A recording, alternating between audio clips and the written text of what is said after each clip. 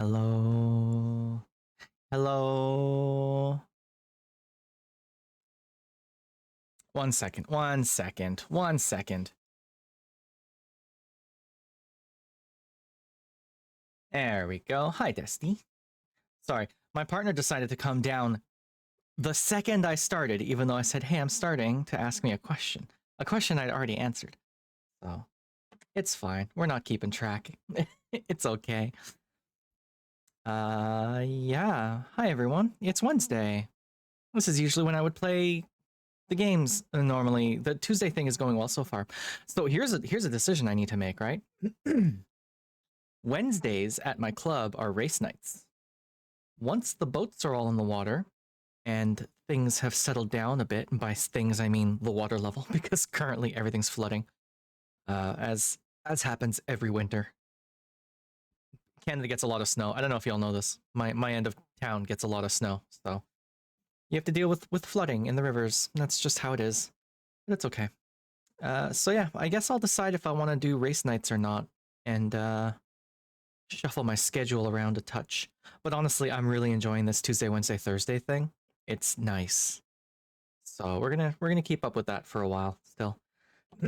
I feel like my voice has a different quality to it today. Is it just me? Like I'm listening to myself in my own head, and there's a certain like timbre to it that I can't quite place, that I'm not used to hearing. Maybe it's just me. Ugh. Let's see. Desty, congrats on first. You're always first. I think you're always first. I think you're also the only person here right now. Feels the spooky list days? Okay. Well, that's fine too. I'm okay with that. uh yeah. What? Don't be sorry. I appreciate, listen. I'm trying to get better about the Twitch thing, right? So let's chat. Let's rap for a second. Basic, what am I listening to? This'll work. Um, I started this as a hobby. I started this because I was playing Arma and I wanted to record my own gameplay, but I didn't want to record my own gameplay on my computer because of lack of hard drive space and that kind of thing, right? So I thought, okay, well, I'll stream it to Twitch, and then I can just rely on Twitch to hold on to my VODs. And then it kind of grew from there. It's like, oh, I've got this cute cat girl character I do nothing with. I'll just I'll get a PNG tuber made of her, and I'll use that as like my little persona. And then I discovered that I really like playing around with OBS, and I really like playing around with StreamerBot, and it got bigger and bigger and bigger. And then eventually it's like, oh, you know what? As cute as the cat girl is, she's tied a little too much into my FF14 persona. And also, you know, my own little personal gender journey is different from when I like commissioned this character.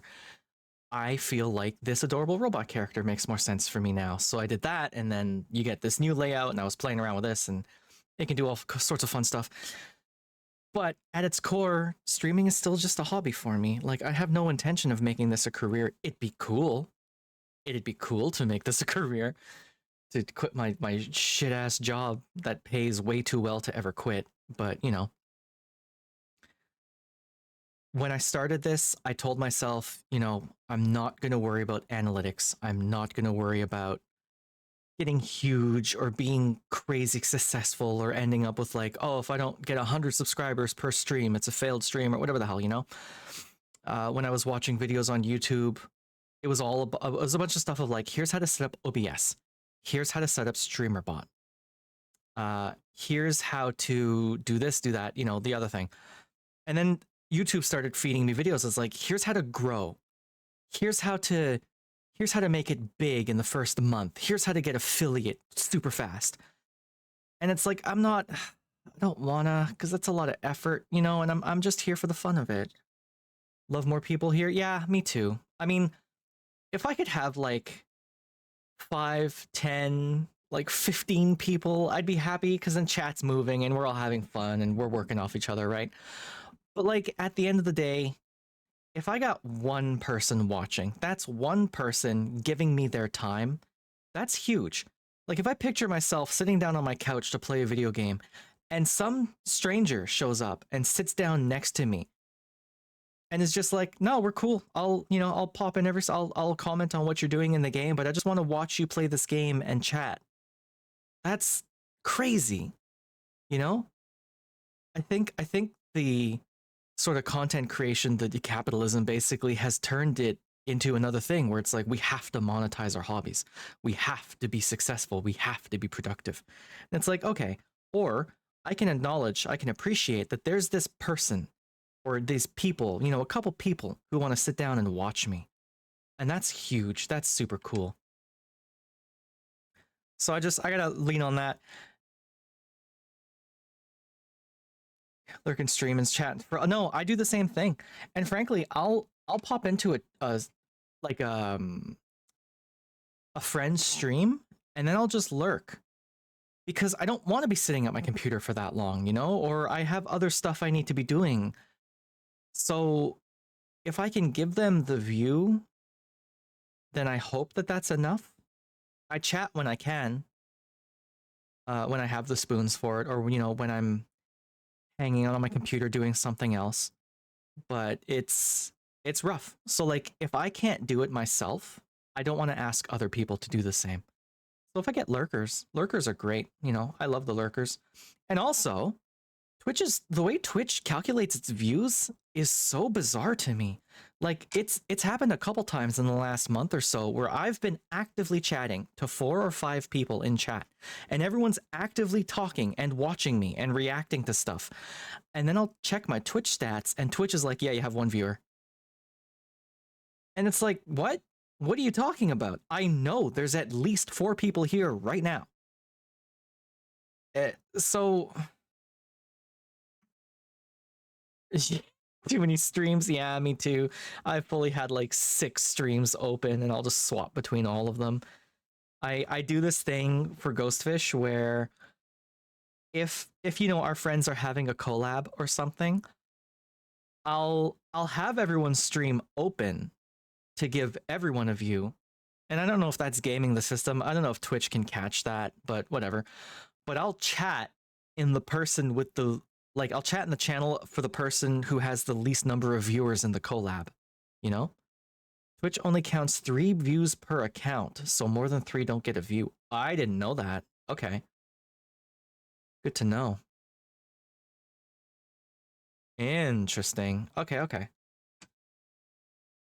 Well, now I know. Thank you. Thank you, Dusty Sensei.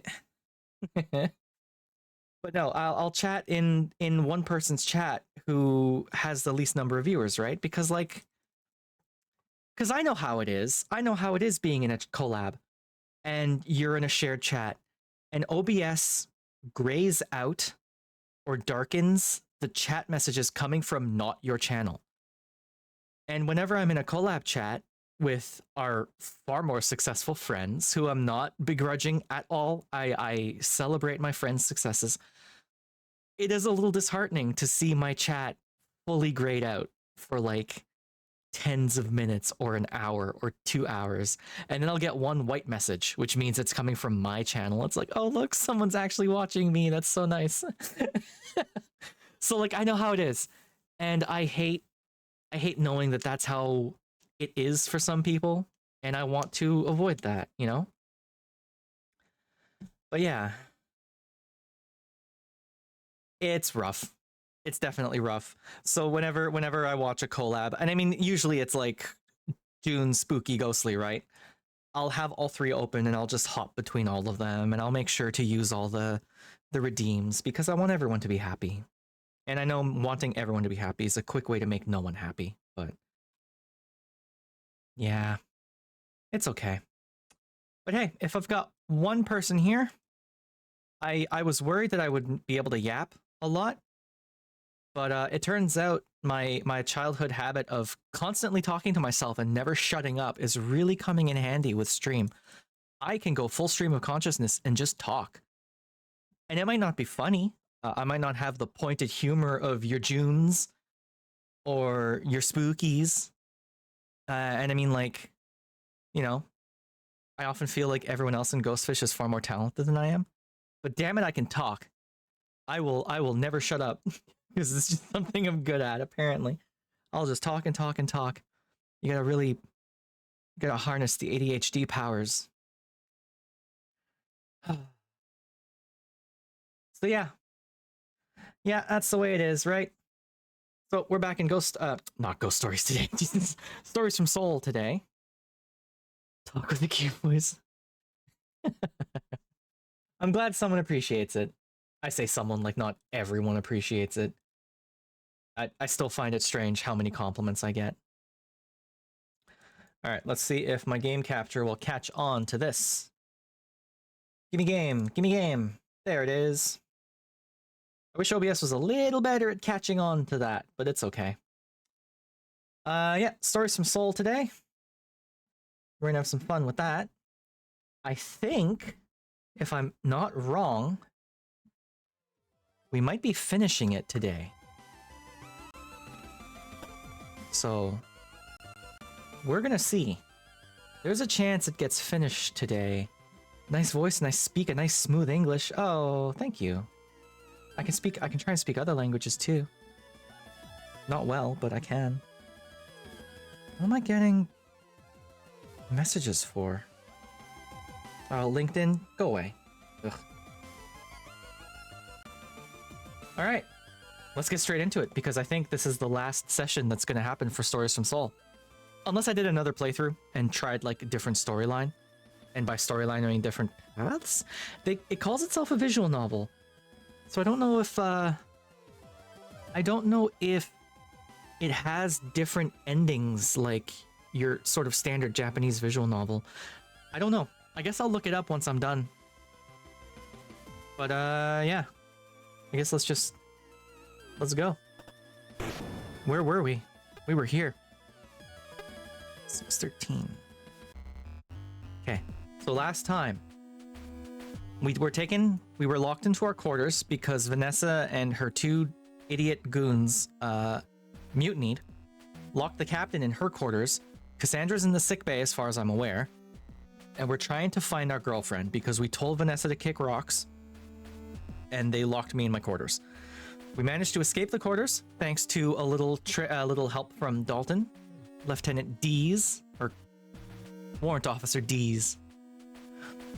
And we made our way into the captain's quarters, and now the captain's here, and she's drunk off her ass again.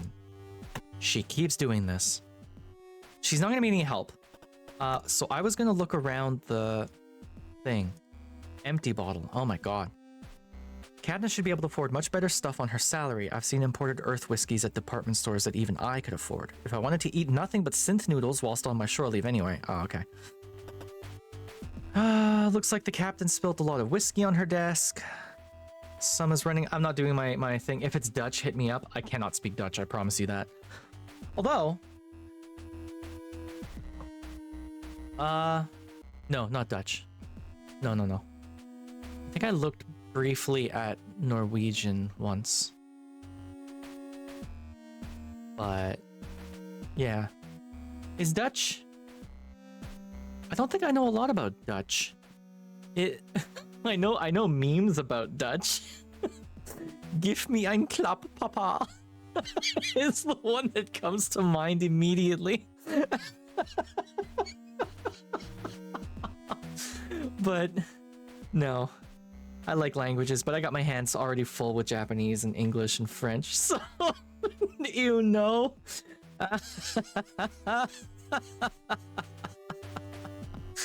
Oh, I'm sorry. Hey, if you don't like it, that means you're not gonna clip it, so I get away with saying stuff like that. It was pretty good? Well, thank you.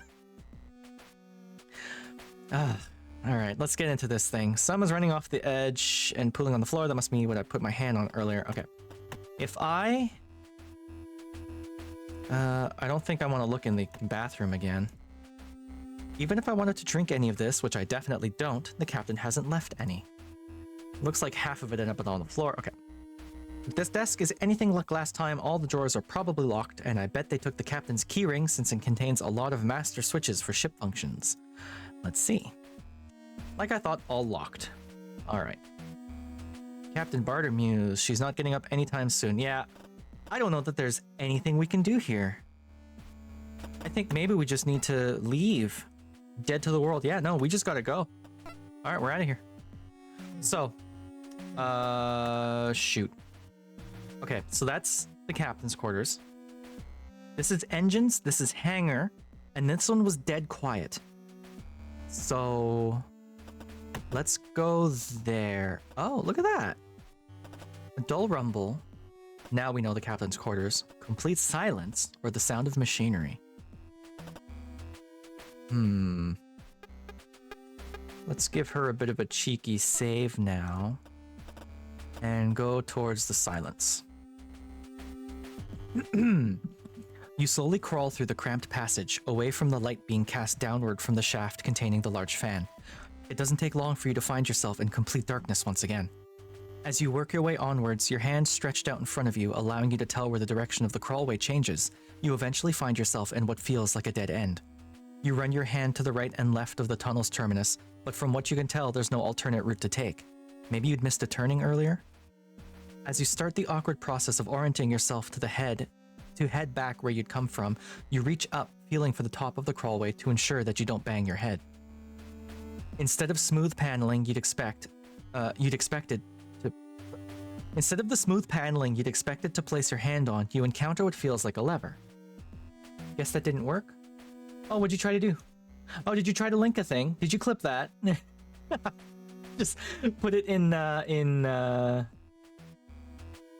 Discord and I can link it. Whoop. Oh god. Oh my god, I have too many windows open. Steam, go away. Game? You clipped it? Of course you did. Okay.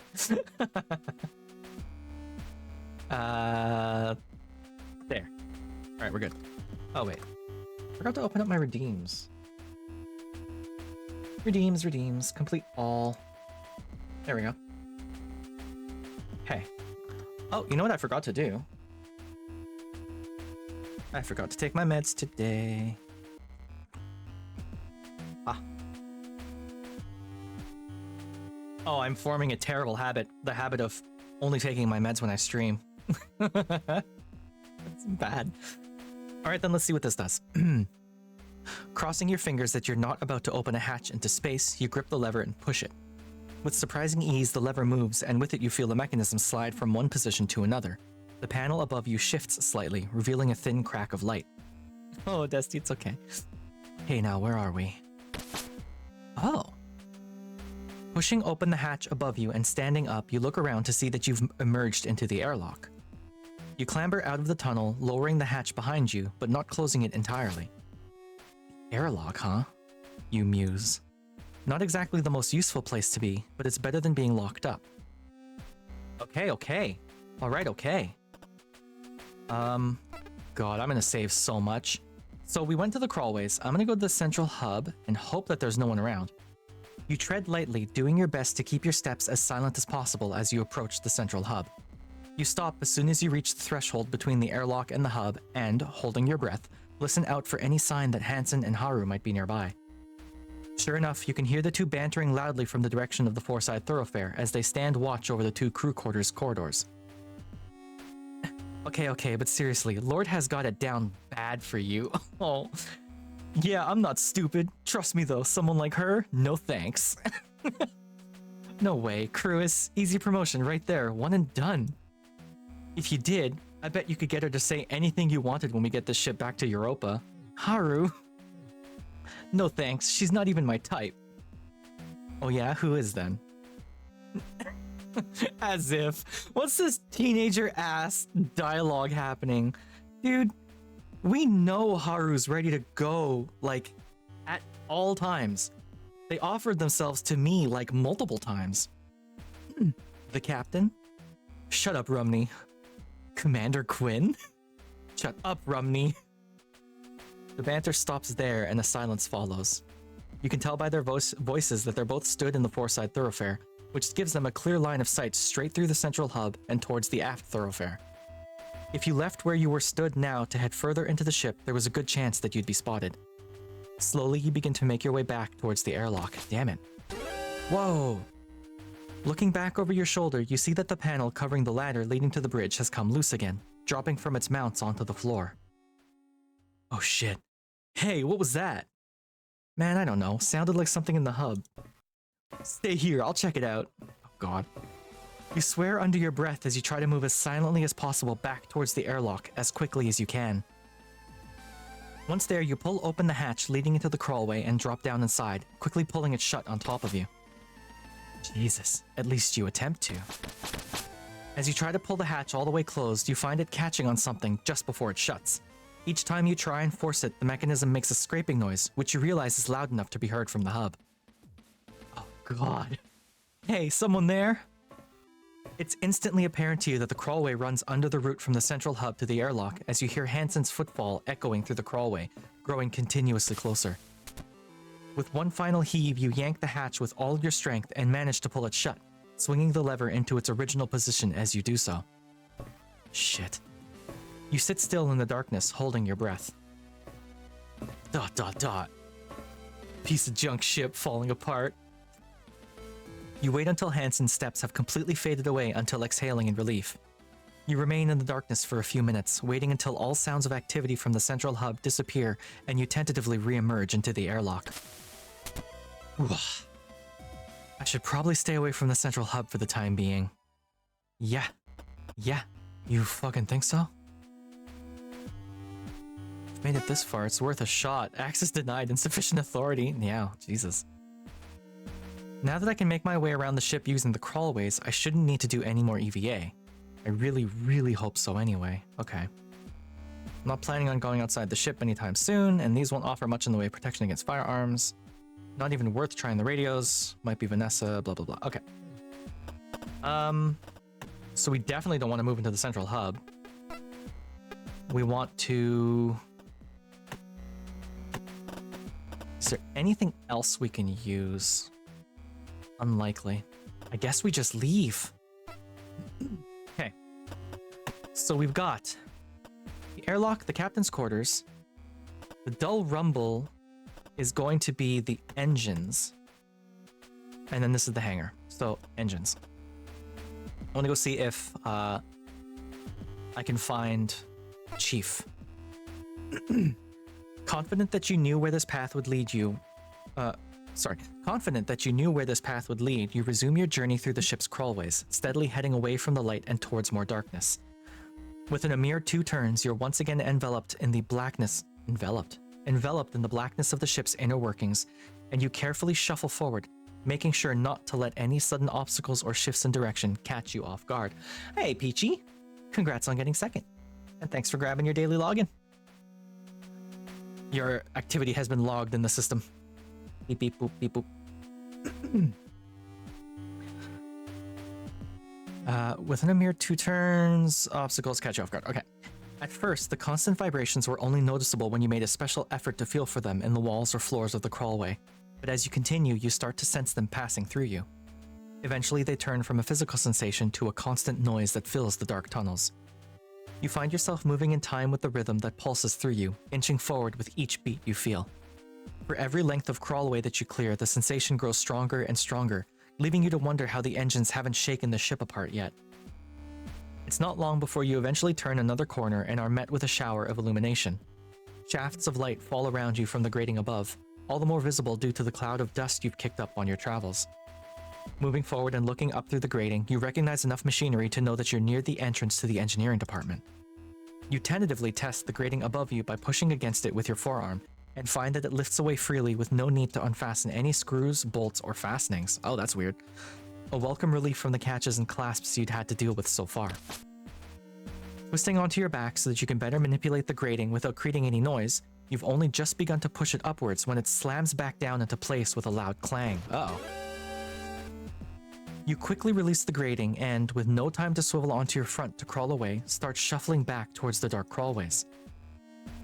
Before you can get out of there, you see the soles of a pair of boots step over you, clanking against the steel grille of the flooring above. Oh my god.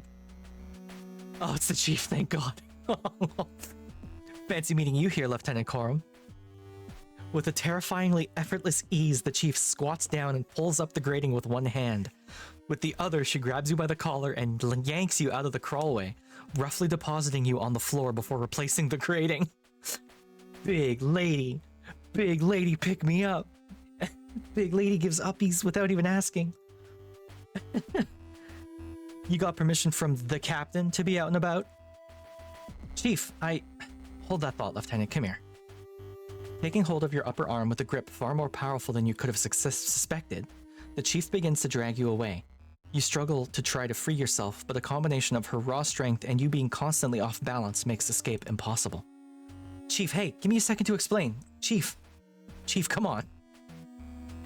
Stopping only to swipe her keycard through a terminal next to a door, the chief continues to drag you behind her as she marches on into the newly unlocked area. Only once she's put some distance between her and the entrance does she stop, throwing you in front of her as she does. Alright, Lieutenant, we can talk now. Chief, damn it, I was trying to explain. Why do you think I brought you here, Lieutenant? The entrance to this department's wide open. Didn't want anyone catching sight of you somewhere you shouldn't be. Especially not if it gets me mixed up in this whole cluster. Impressed you even managed to find your way into the crawlways, to be honest. Don't know how you got in there, though. Access from the quarters would... As the chief's attention is pulled away from you to the hypotheticals of your escape, you assume that, given she's not raised the alarm, she isn't going to be dragging you back to your quarters or handing you over to the ensigns. Oh, someone hid this in my meal. I used it to... Screwdriver. Aha, so that's what Deez wanted it for. Deez notes. He told me he needed it to replace the batteries on his cassette player. Cassette player? We're in space and we're still using cassettes? Alright.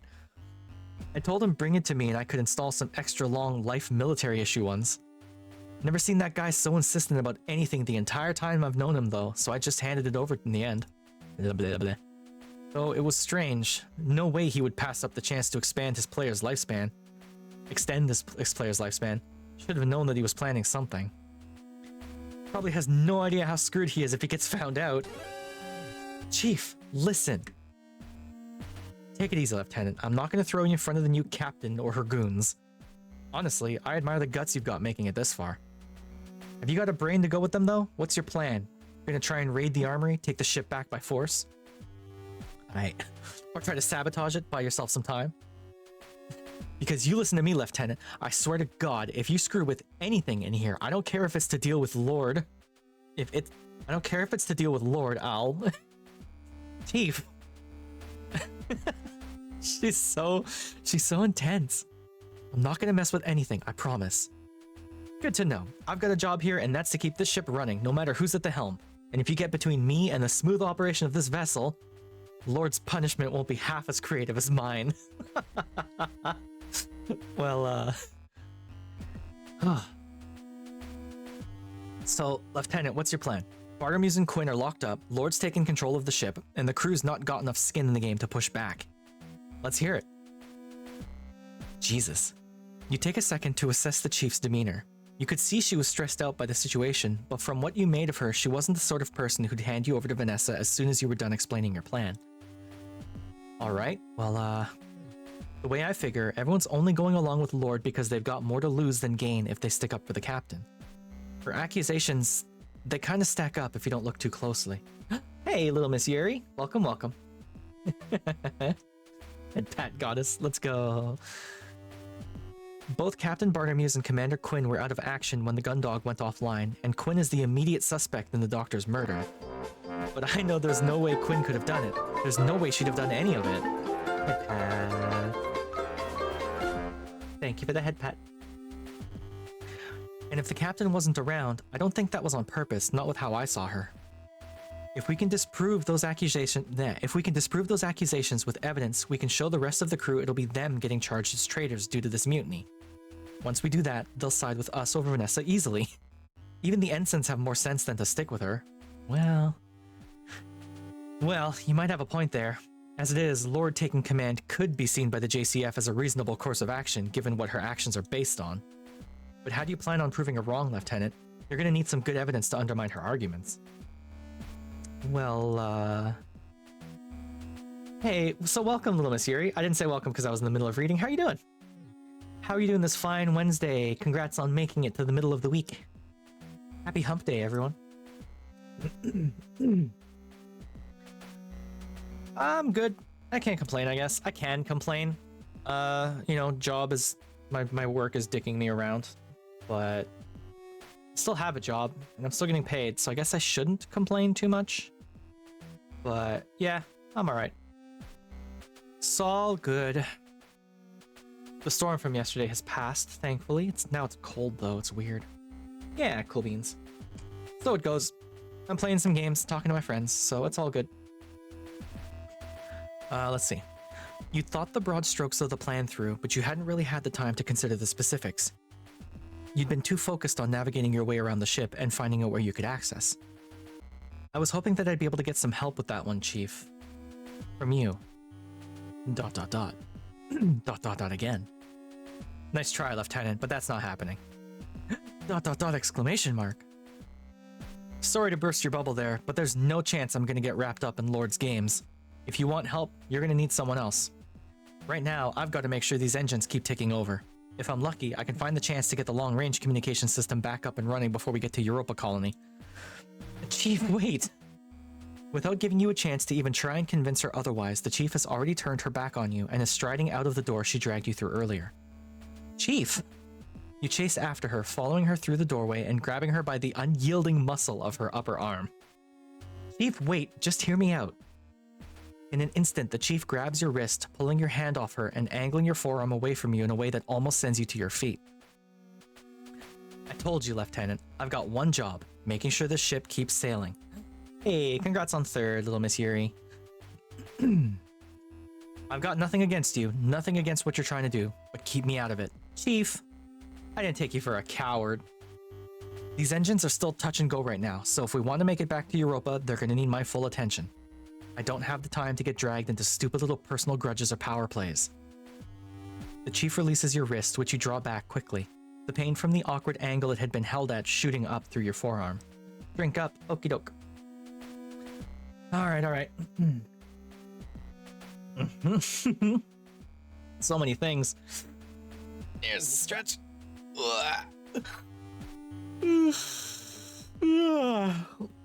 One yawn free of charge.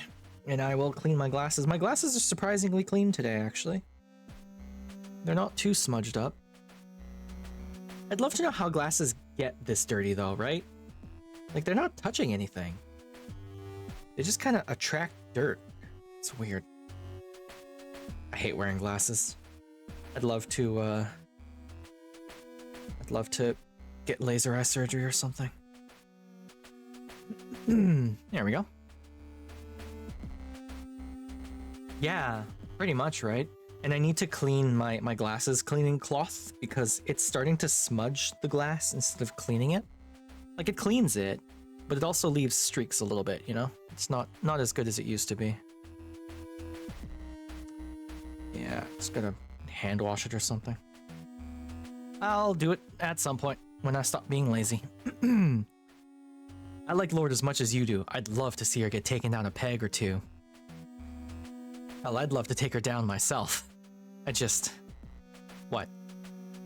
With that, the Chief turns on her heels and strides away towards the engine room. You chase after her, calling out to her to give you another chance to explain, but your pleas have no effect. You're being completely ignored.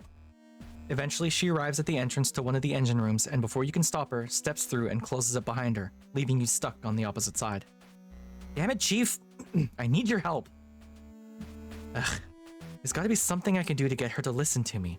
If I could talk to her one more time, I'm sure she'd come around. Well, aren't we in luck, because we have Cassandra's keycard. And I think it still works. Boop. Move to the engines, yes. Although it's almost redundant given how noisy all of the nearby machinery is, not to mention the constant background hum of the engines, you approach the door quietly.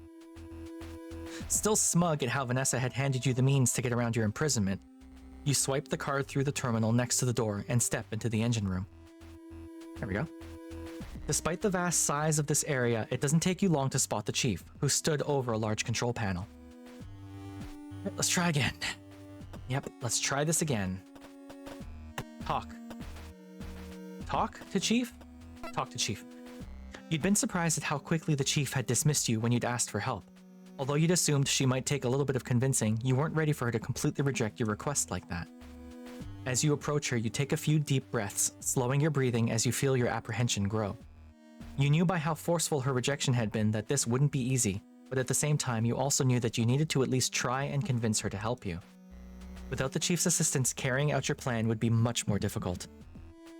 Nearing the control panel that she stood at, you let out one final, long exhalation and draw yourself up to your full height.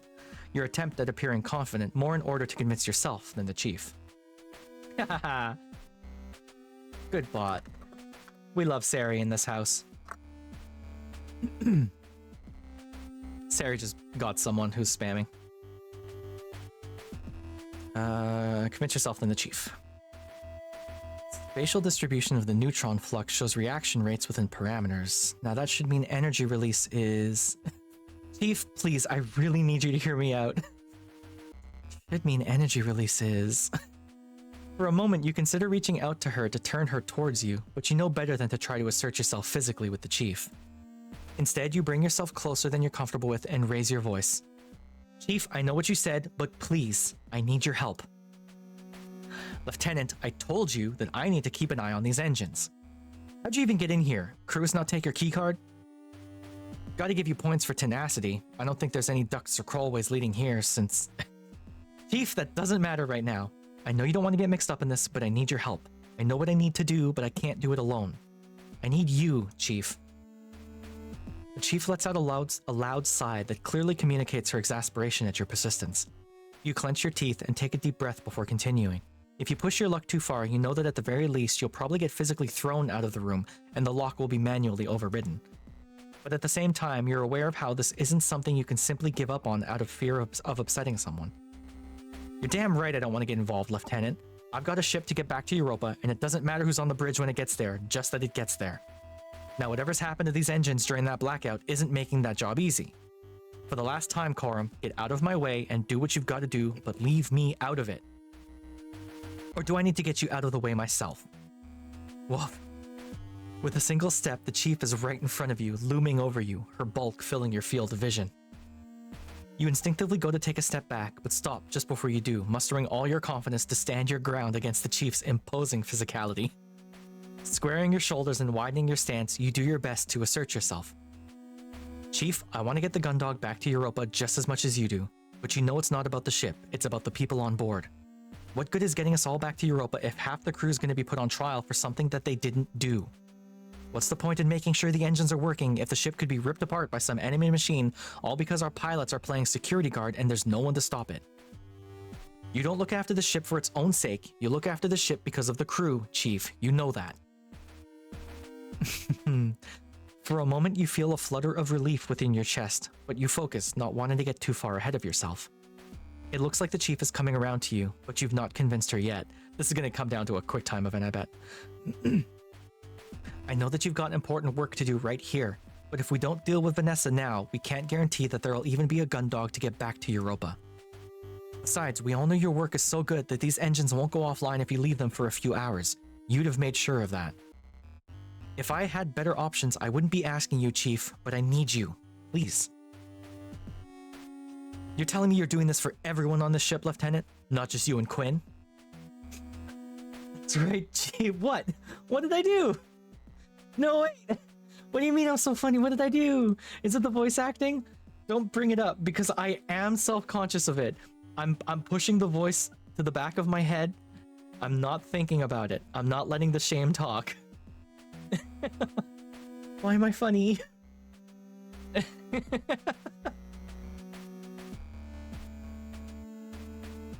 What I did earlier? Oh, the clip? Yes. No, I don't want to hear that. Okay. I'm sorry. The self-confidence cracks easily. Thank you, Yuri. Let's see. That's right, Chief. Obviously, Commander Quinn's important to me, but I'm the ship security officer. It's my job to make sure everyone stays safe. I can't let them down like this. I can't. Pats. Thank you. The Chief inhales through closed teeth and furrows her brow. Everything's stable right now. No sign of unusual output. Emotional support headpats, thank you. I could. Why do this now, Lieutenant? If you think Quinn and the captain can be proved innocent, why don't you just wait till we get back to Europa, bring it up at the tribunal? The chief raises a good point. Your intent was to prove Cassie, the captain, and yourself innocent. By rights, the tribunal would investigate. By rights, the tribunal that would investigate this mutiny would be the perfect place for that. But you knew it wouldn't. But you knew it wouldn't be so simple. I get what you're saying, Chief, but Vanessa would have thought of that already. She wouldn't have done this if she didn't think she'd get away with it. It'll be like that time on the bridge earlier. You know that her story won't line up with what happened, and I bet you that she'll have adjusted the reports to support her case. That's why I need to find this evidence now. Even if I can't convince the rest of the crew to get Bartomuse back on the captain's seat, at least I'll have something I can use at the tribunal.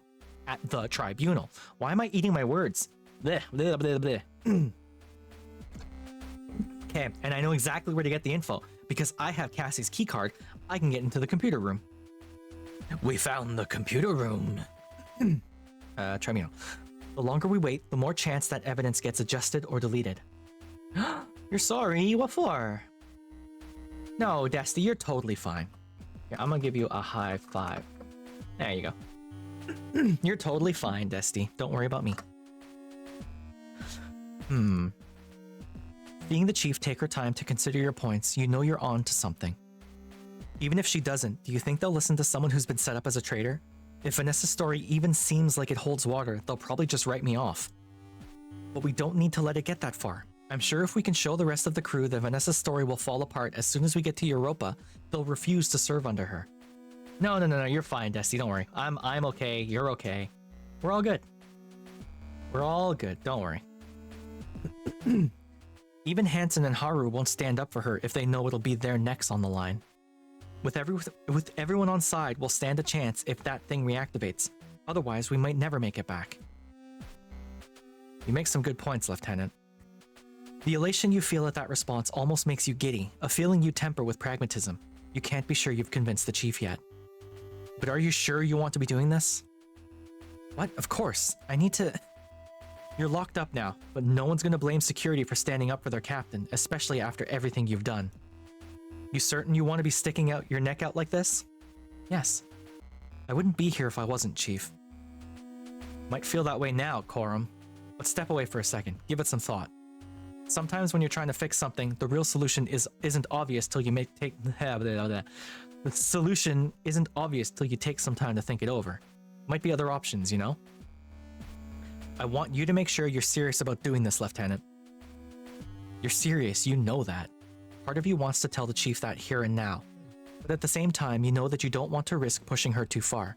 You've almost won her over, and if you look like you haven't thought this through, you might undo all that you've done to convince her.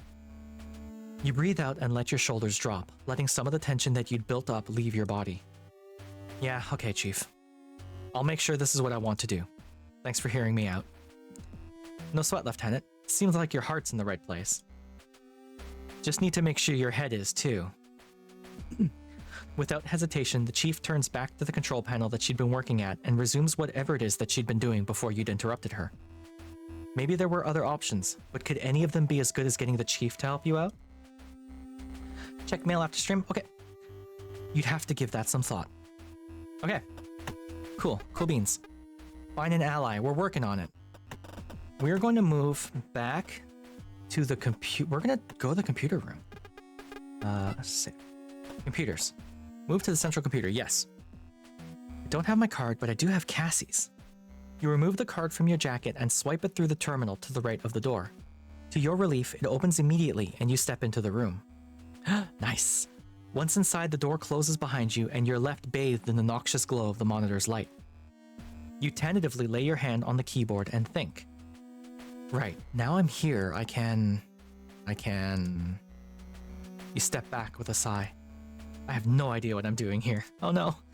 You dejectedly turn around and leave the room. What, really? Well, at least I know I can get in if I need to, I guess. Me? We can... We can get the data! Ugh. God damn it.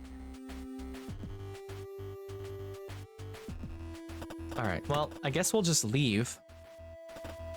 I don't want to go through the aft thoroughfare because if we do, we'll get spotted. So, back into the crawlways it is, I suppose. And now we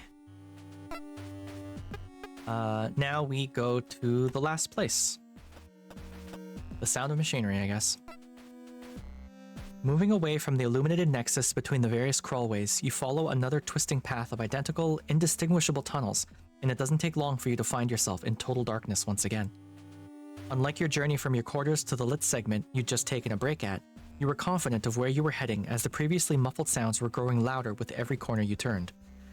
The erratic noises of different pieces of machinery and equipment punctuate your journey with their irregular rhythm. Unlike the constant background noise of the engineering department, this was the sound of someone hard at work.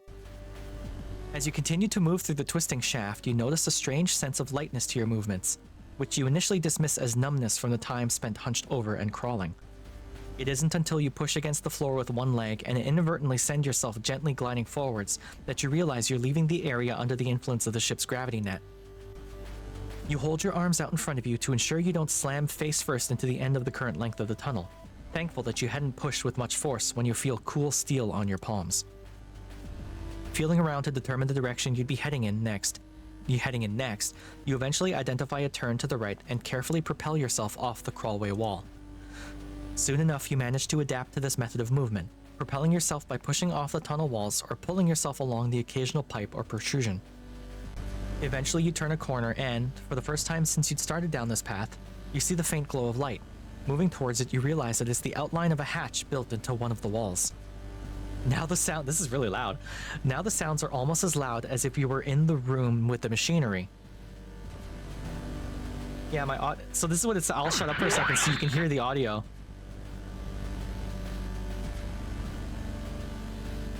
Like, it's pretty loud, honestly. Cat ears, let's go. Cat ear bot. Now the sounds are almost as loud as if you were in the room with the machinery. You can clearly make out the dull thrum of a gantry crane moving from one end of its rail to the other, interrupted by the irregular sound of an impact driver. Once you make your way over to the hatch, you grasp its faintly illuminated handle and twist. As you feel the mechanism disengage, you slowly push it open and peer through the gap. Well, cat butt. As you'd expected, the noises had guided you to the hangar, which you take your time to carefully survey, looking out for Hansen, Haru, or any other member of the crew that you didn't want to run into. Aside from Dalton, who was hard at work on Hansen's Juno and completely unaware of your presence, you don't see anyone. Alright, let's go. Cool. Save. I'm just gonna talk to Dalton. You perform another quick scan of the hangar to ensure that it's still just you and the cadet who are around before kicking off a nearby wall towards Dalton. You can tell he is completely absorbed in his work, and it isn't until you lay your hand on his shoulder that he has any idea there's someone in the hangar with him. Shh. Chief, I was just finishing off the final recoupling of the new bell nozzles to the directional. Startled, Dalton swivels to face you, the look of terror on his face instantly replaced with one of pure confusion. Oh, it's you, Lieutenant.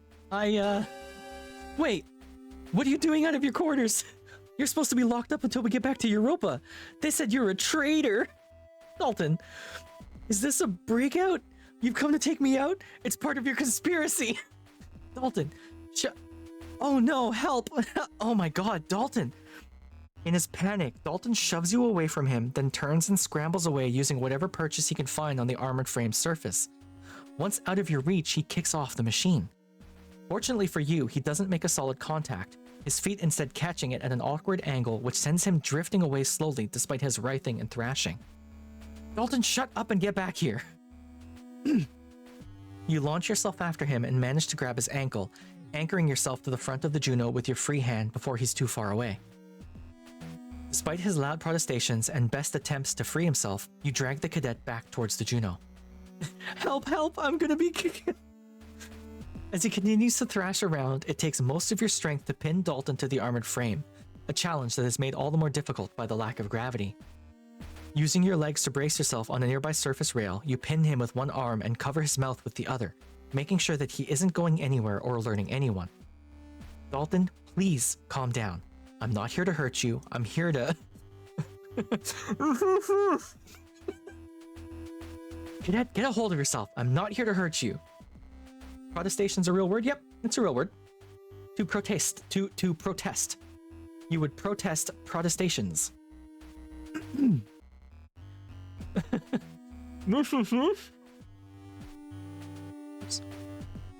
That's right. Just take it easy. I'm gonna let go of you now, okay? I just want to talk. Apprehensively, you slowly release your grip on Dalton and remove your hand from his mouth. He slumps into the microgravity, remaining in place. It doesn't sound real. Well, I'm sorry. I'm sorry to say it is.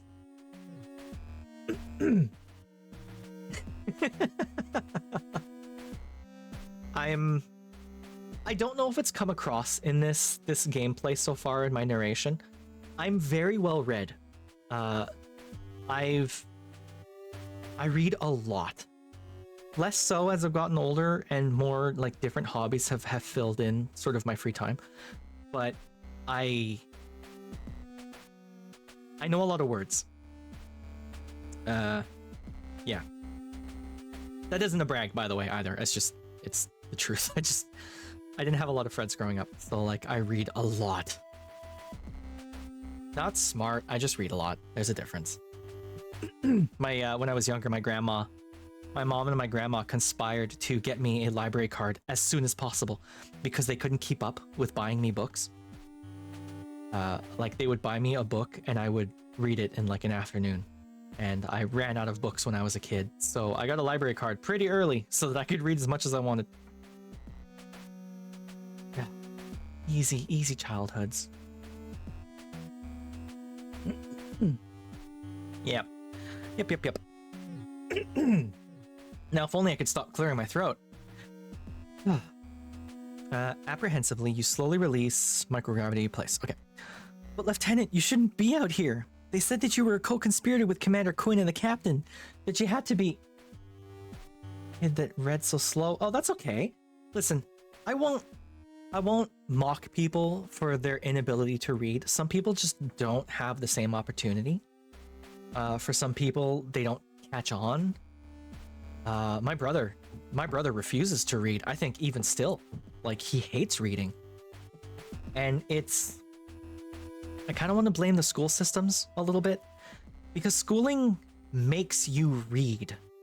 Like they force you to read a book, right? It's like, here's a book. You need to read this. And it's like, instead of forcing kids to read books that they may not want to read, maybe nurture it.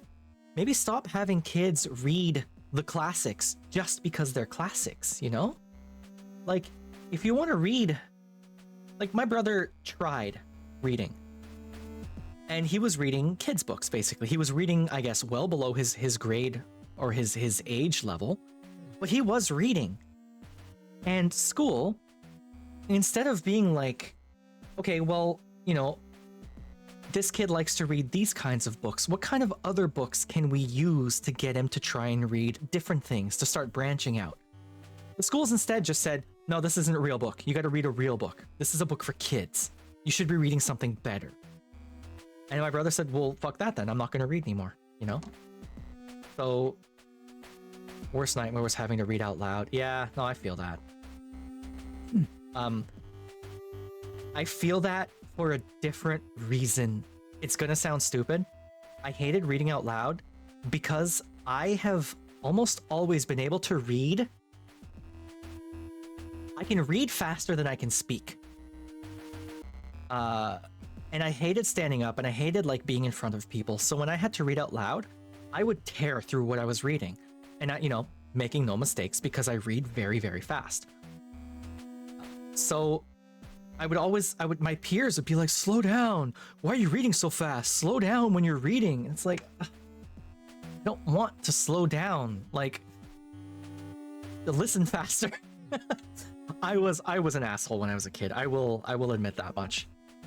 But yeah, I don't know. I don't know. I once read tourists as terrorists. Oh no. Hey, I mean, it's got more or less the same letters, you know? I can see that. That's an easy mistake to make. Yeah.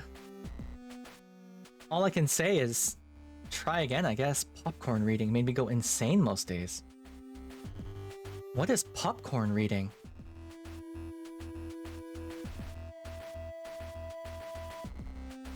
We were nervous, but still made us read. Good teacher. Is popcorn reading like reading a section? And then going to the next person and reading a section and so on and so on? Oh no, ads in 10 seconds. Teacher chooses a random kid to read. Oh, interesting. Okay. We got ads in about 5 seconds. I promise we will pick up this chat once I come back. I will see you soon.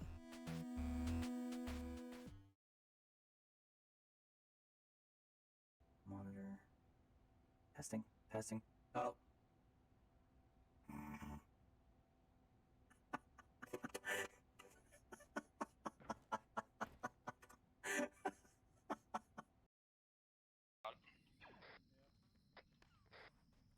Spectre 4 shit. Go for Spectre 4.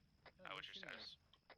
Be advised, it looked like the area around the objective just got like mortared, but myself and Mystic are currently getting the data.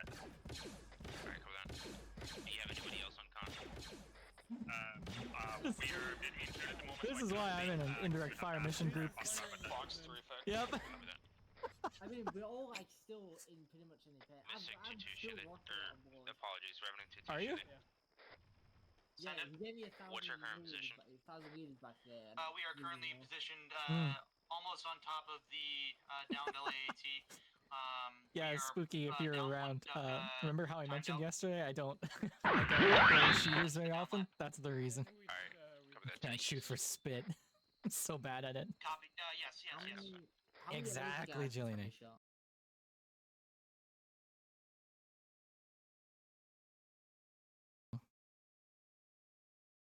X3 nuzzles pounces on you. Ooh, you so warm.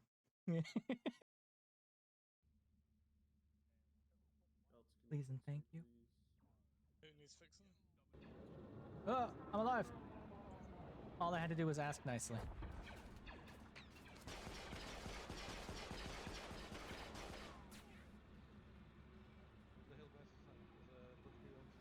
Let's take E10 case off. I am full of holes.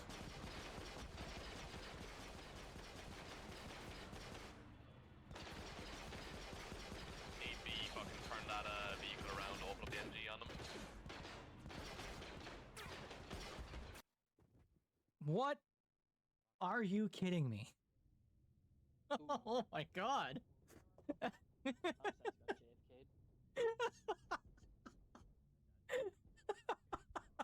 back on ground with no ATT. No ATT. Okay. Nope, there's one on ground when we left.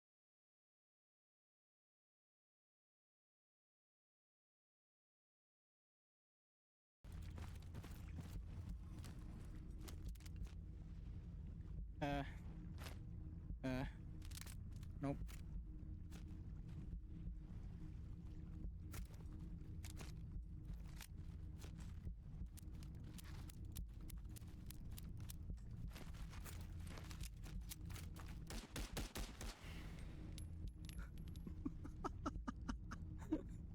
Fuck me. Good copy, that was already the We're back. That was so quick. I refilled my water. Congratulations to me. Let's see. Yeah, I never believed in God, but I was praying I didn't get picked every time. Okay, here's a fun fact. Even though I read very, very well, thank you. Even though I read very well, even though I read very quickly, I never had an issue actually reading. Good job! Thank you. I was still that kid who would count the number of people in front of me in class and then count the number of paragraphs to see which paragraph I was going to be reading so that I could prepare myself mentally to have to read that thing out loud in front of people. So like, whether or not you were a good reader or a bad reader, I feel like that might be a universal thing if you have social anxiety. So yeah. Ugh, good job on refilling my water, thank you. I'm still using my Calpis bottle from Japan. I am eventually gonna have to throw this thing out because I'm sure it's starting to leak lots of plastic into my water. But it's such a convenient bottle. Like, it's comfy to hold and it holds almost a full liter. How much is this? 900 mils. Like, it's a good size bottle. Reread the paragraph a lot so you didn't stutter? Yeah. I mean, yeah. I don't judge anyone for being unable to read, you know? It's tough. It's tough if you didn't grow up with it. I don't want to perpetuate the idea too that like the kids nowadays can't read, because realistically, we are reading more and more and more than ever before, right? Like text messages and Discord and Reddit. It's reading. Just because you're not reading literature doesn't mean you're not reading. Like, even if you read manga all day, like, you're still reading. But social pressure sucks. Yep. Oh, yep. I mean, I remember the kids who still messed up their words, and every so often there would be a laugh at someone misreading a word. But that's also because kids are assholes, right? Kids are the worst. I don't miss school. I miss school in that I miss how easy school is and like how easy life was back then. Like, no bills to pay. Your whole day is planned for you. You just got to go to school and don't fail, and that's about it, you know? Whereas now I got bills to pay. I don't want to worry about bills. Ugh. So let's get back to this game set in space. Let's see. They said you were a co-conspirator with Commander Quinn and the captains. You have to be... Who said that, Dalton? I mean, Lieutenant...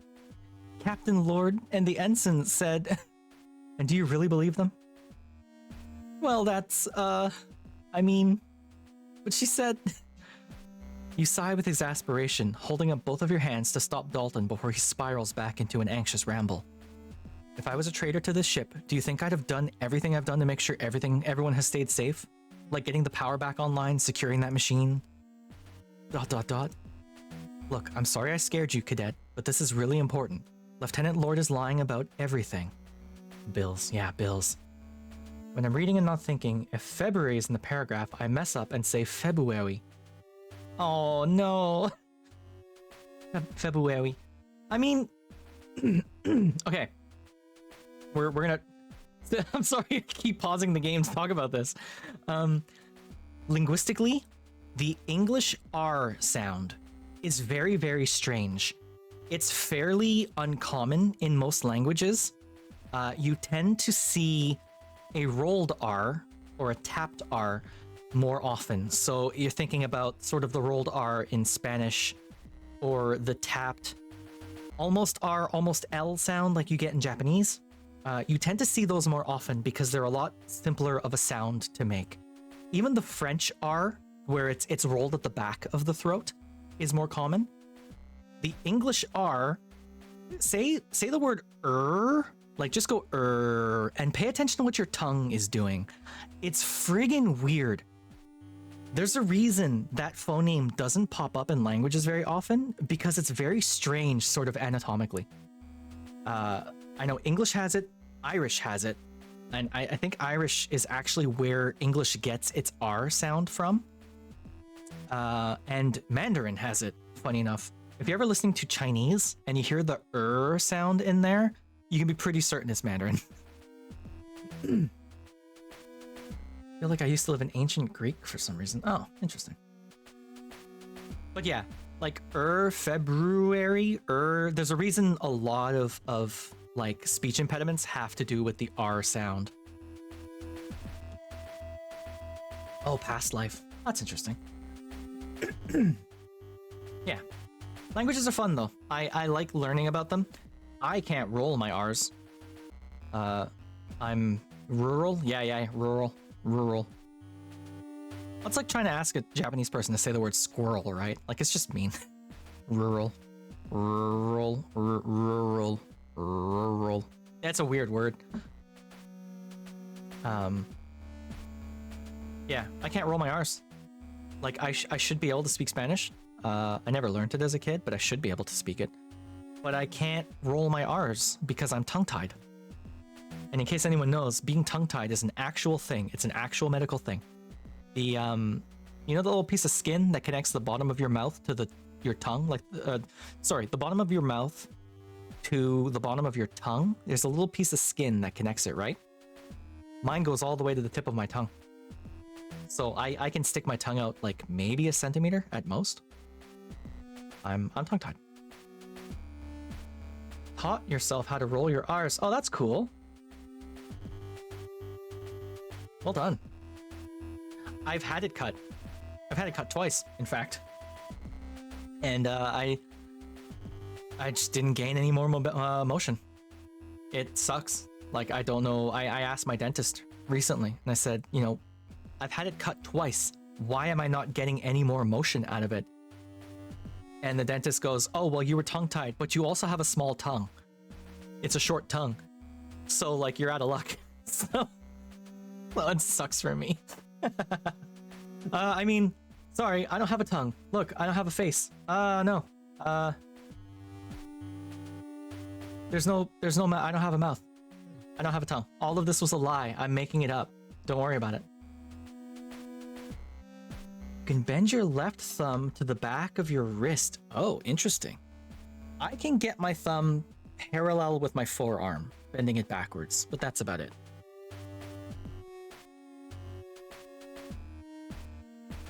You had it cut once and it's fine. Someone else who's tongue-tied and had it cut. Desty. You were literally the second person I know. Third, technically, after my grandpa. But literally no one else knows that being tongue-tied is a real thing. It sucks, right? Getting your tongue cut? I don't know what they did for you. They froze my tongue and then they used basically a styrofoam wire cutter. Like, it was a hot piece of metal and then they just swoop right through your tongue so you can smell your tongue cooking. It was so gross. Ugh. Let's see. Lieutenant Lord is lying about everything. Captain Barnamus and Commander Quinn have nothing to do with what's been happening, and there's no way that Quinn could have killed the doctor. That's why I'm here. I need your help to...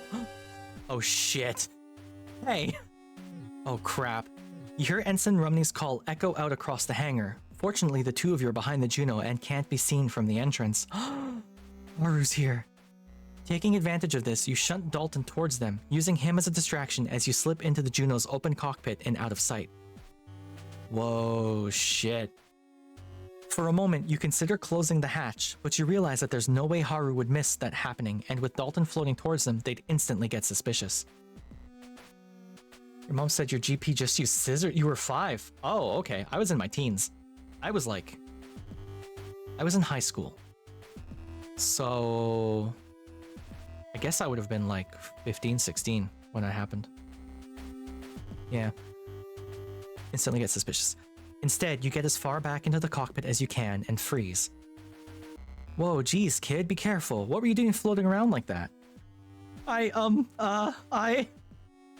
What's with the screaming? Something happening here?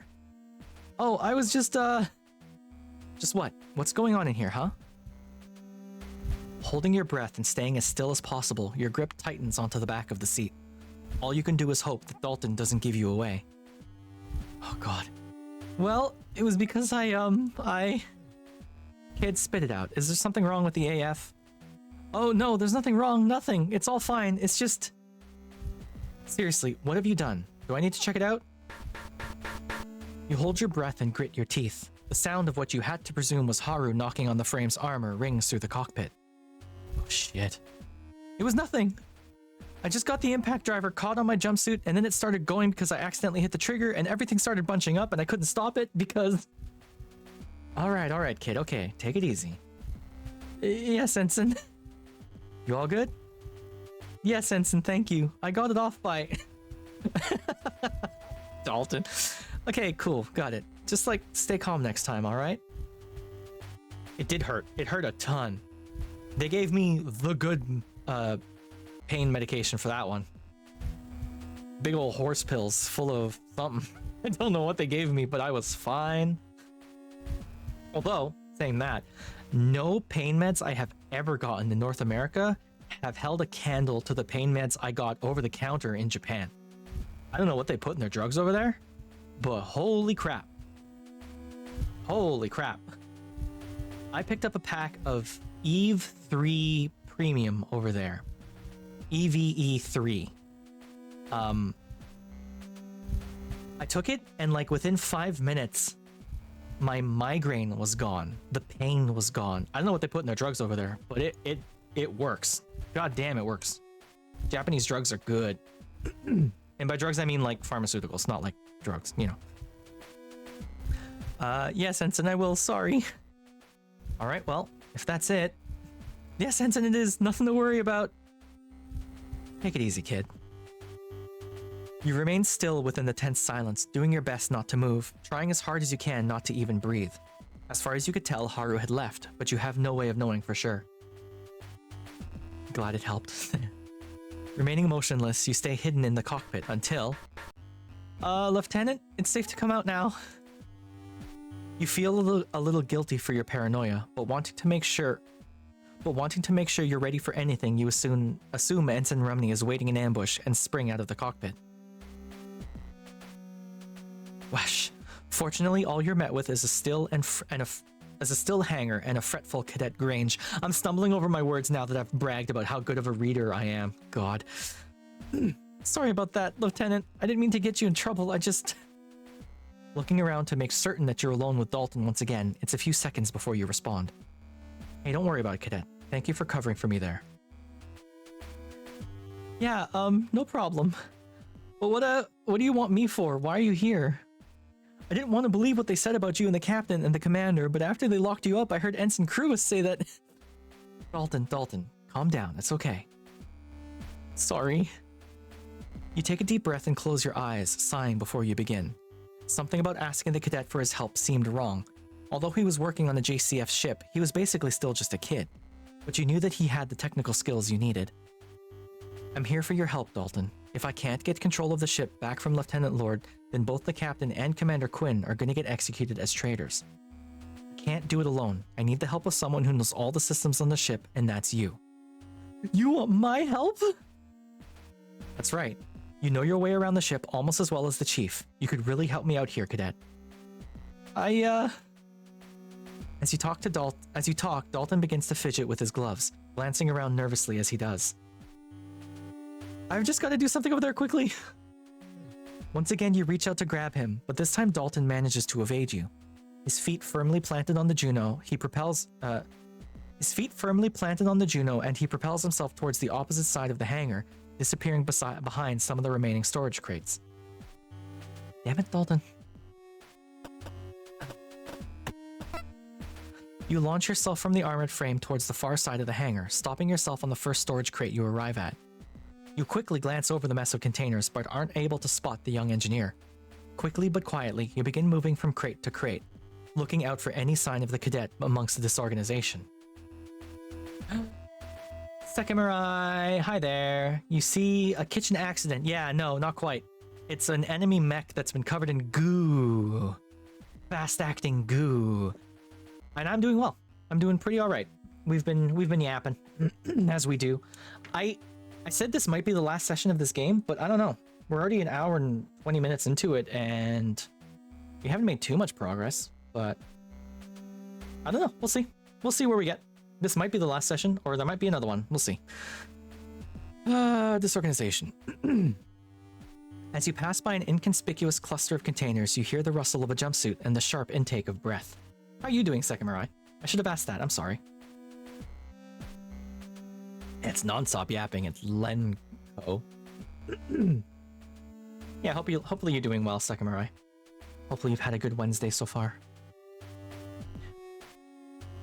You pause and turn your attention to some crates opposite to where you'd heard the noise come from, giving them a few seconds of fake investigation before launching yourself towards the nook that Dalton had hidden himself in. Wah! Dalton, please calm down. I just want to talk to you, okay? Dalton. Okay. I promised, Cadet, I wouldn't be here if I didn't really need your help. But right now, with Lieutenant Lord in charge of the ship, we're all in a huge amount of danger. It's not just the commander and the captain, it's all of us. We don't know what's going on with this. You gesture at the strange craft. Thing.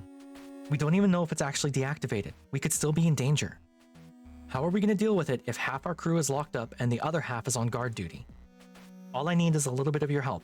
If I can prove Commander Quinn innocent, then that's one major blow to Lord's justification for this mutiny.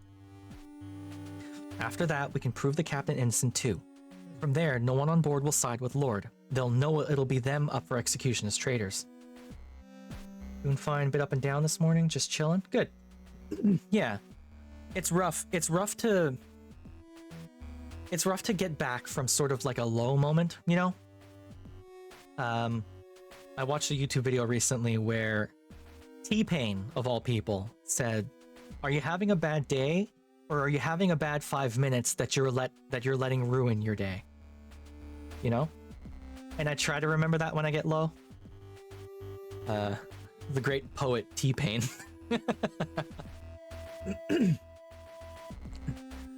Execution as traitors. But I can't do this alone. That's why I need you. I know the chiefs taught you a lot already. With your help, I can get this done before we get anywhere near Europa. Oh, well, thank you, but Dalton. You lay your hand on his shoulder. Please. Well, Why do you want me, Lieutenant?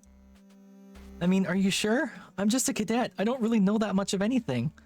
Are you sure it's my help you want? Like, I just mean that maybe you should think about it is all. If that's okay. I see what they're doing. Dalton. I see what they're doing. I have to pick. Do I ask the chief for help, or do I ask Dalton for help? Captain's out of commission. Oh boy, oh boy. Captain's out of commission. So is Cassie. I've met up with the chief, and I've met up with Dalton. I don't know if I can meet up with Dees because he's across the Foreside Thoroughfare, right? So, like, if I move to the airlock, and hold on. I'm gonna take a quick little save right here. This one. If I move into the crawlway, or not the crawlway, the central hub, I'll get spotted. It's way too risky to go there right now. Yeah, so I literally can't go to fire control. So the only two places I can go, I can go to Dalton, I can go to the chief, I can go to the airlock, or I can go to the captain's quarters, and the captain's doing nothing for me. The captain's basically out of commission. I'm sorry to Dalton, but the chief, I feel like the chief is more reasonable here, you know? Oh, wait. You crawl underneath the light that's cast down from above you and take the opportunity to stand up and stretch, shaking off some of the stiffness that had been built up by traversing the ship on your hands and knees.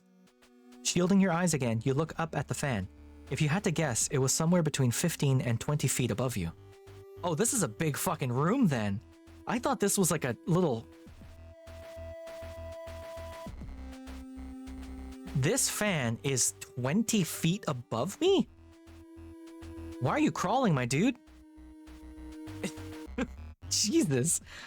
As you look around the vertical shaft you're stood in, you realize that there aren't any ladder rungs or grips that would let you climb upwards. Even if there were, you don't see any control panel nearby that would let you stop the fan's blades. As useful as your pocket screwdriver was, there was no way you'd be able to climb all the way up and then take the fan apart whilst it was in motion. With a sigh, you kneel back down and evaluate your choices amongst the other crawlways. Okay. I just click on that. I wonder where that is. Yeah. I mean, if I could get up there and turn that off.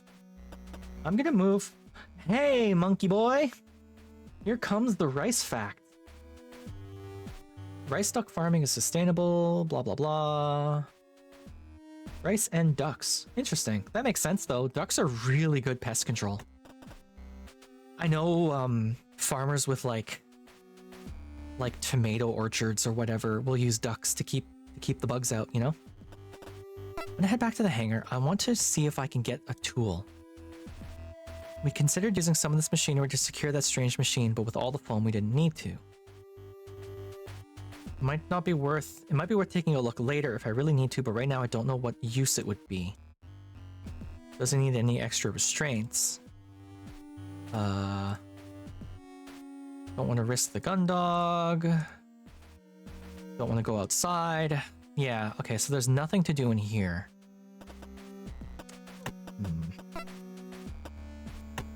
If I move to... She's not going to be any use. And that's all locked. And there's nothing else to click. Ducks and chickens, both great chemical-free pest control. Oh, hey, Angevir. Welcome, welcome. Chickens are also fairly tasty. Not really a fan of duck, personally. I find it too, like, greasy. But, you know. Yeah, sorry, Dalton. Of everyone I can ask for help, literally the only person I can think of getting help from is the chief.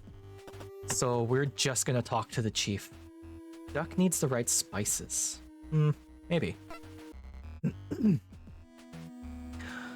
In the time you'd taken stepping away to think this over, the chief had moved on to a different section of the engine room, and instead of working on a control panel, was now intently staring at a selection of gauges and dials. Reactions nominal, no issues here. Chief, I've thought it over. Lieutenant. So what's it gonna be? You certain? Yes, I can't do this without you. Here we go, chat. We're doing this. Boop. Yes, Chief, I am. I know what you said, but I can't risk it. I can't risk Vanessa getting away with this. I can't risk the crew. I'm gonna do it. Well, you got a lot of spunk, Lieutenant, I'll give you that. Everything's running fine here, so I guess it's you and me now. Where to then, Coram? Oh, you're buoyant with elation at the chief's words. With her on your side, there was next to nothing on the ship that could stop you. First of all, we need to show that the captain and commander weren't intentionally absent when the blackout happened. We'll also need to prove Commander Quinn had nothing to do with the killing the doctor. So we'll also probably... Go to sickbay? Yeah, good idea. If we went there, we'd be able to... Yeah, that's, right, Chief, but to get there I'll need to... Head through the crawlways? Of course. Can't have you strolling down the thoroughfare when you're supposed to be locked up. Even if... Where she'd been hesitant before, the chief had clearly already switched her focus on problem solving from the ship's engines to your predicament. She can be a distraction! If she gets Hansen and Haru to look away from looking down the thoroughfare, then I can go to sickbay, you know? Also, I haven't shouted you out in a minute there, Angevir. Here's a shout out for you. Boop. I won't just take your Does my mic pick that up? tip. Nope. Good. How you doing, Angie? Hopefully you're having a good week. Unfortunately, it looked like that came with her predisposition for getting carried away and analyzing that problem from every perspective. Chief, the crawlways. Huh? Right, the crawlways. Alright, Lieutenant. So due to the ship's construction, the crawlway system doesn't extend to the engine blocks. It's because of how the Swift class... Good week so far, hell yeah. Good, that's good. We're getting into May. It's May tomorrow. Hopefully, May is better than April was. Just hoping. Enthusiastically lecturing you, the chief heads towards the entrance that leads back into the engineering room, going into a detailed breakdown of the nature of the disconnect between the ship's hull and its HFDD engines. You let out a sigh of acceptance and follow her. You didn't really want to become an expert on the idiosyncratic construction of the Swift class, but it was a small price to pay for saving the entire ship. It's because the fundamental framework is actually from intercluster small load transports. During the war, It doesn't take long for you to both arrive at the spot in the engineering department where the chief had first hoisted you out from the crawlway you'd arrived in. What that means is that With minimal effort, the chief pulls up the grating and tosses it towards you, almost knocking you back over a guardrail. Swift class could theoretically be the easiest class in the fleet to upgrade if there's any further advancements, as you hurry to enter the crawlway and replace the grating above you as the chief disappears into the darkness, continuing to rattle off more about the ship's engines than you could ever hope to remember. With the grate secure, you quickly shuffle towards the ongoing spiel, the deluge of facts your guide in the darkness as you head back into the bowels of the ship. Making your way through the crawlways as quickly as you can, you still find it difficult to keep up with the chief, who moves through the cramped confines of the tunnels with surprising swiftness. There are multiple times where you have to get her attention so that she'll slow down and not leave you stranded in the pitch-dark network of passages. This is the kind of small talk you can get behind for sure. I love listening to someone who's very, very good at what they do. Like someone who's really knowledgeable about stuff. It's fun to listen to them, you know? Despite your constant reminders, as soon as you reach her, the chief will often race ahead, leaving you desperately shuffling to keep up. You were finding it hard to move at speed due to the limited room the crawlways offered, which made the chief's pace all the more impressive considering her height and build. Eventually, you reach a familiar illuminated area. Sweat dripping down your brow, you call out, "Chief, stop!" "What's that, Lieutenant?" "We got a few hundred meters of crawlway to get through if you want to reach the sickbay." No time for slacking. You hold your hand up as you do your best to catch your breath. "Okay, yes, Chief, I want to reach the sickbay." As your breathing slows and you feel more capable of talking, you lower your palm, allowing you to pivot from your hands and knees to a sitting position. You lean back against the wall behind you, relishing the cool chill of the steel. "But we need to go over the plan before we get there. If we just show up in the central hub and the ensigns see us, it'll all be over." You're right that there aren't any crawlways leading directly to the block that the sickbay is built into, so we need to use the elevators. Which means that in terms of access... The chief's eyes dart back and forth as she begins to go over different variables in her mind, and after a moment, she shifts from the crawling position she'd been in to sitting cross-legged on the floor. You let out a deep sigh of relief as her attention is completely taken by the logistics of accessing the sickbay without being seen. As she continues to mutter to herself, you undo the top button on your uniform shirt and flap the fabric near your collar back and forth to cool yourself. Now that you weren't trying to keep pace with the chief's unnaturally fast movements through the crawlways, you finally had time to think, and you too turn your thoughts towards the next step in your plan. It was going to be difficult to figure out, but now was the time to do it before you headed anywhere else. Okay. So, I wonder if the chief can do anything about this fan. Slowly rotating blades. Oh, yes, good. Something caught your eye there, Lieutenant? "Oh, Chief, I was just trying to figure out if the shaft might lead anywhere useful. But I don't remember ever seeing a room with a fan set into the floor before. Some sort of secret room, huh? I mean, don't they teach you anything about internal ship construction at the Academy these days?" No. Before you can tell the chief that it's only the mechanical engineers that get taught those kinds of things, she grabs you around the shoulders and directs your attention back up to the spinning fan. That up there is part of the ventilation system that crosses over with these crawlways. It leads into the air ducts, which... Wait, I thought we were in the air ducts. Thought we were in the air ducts?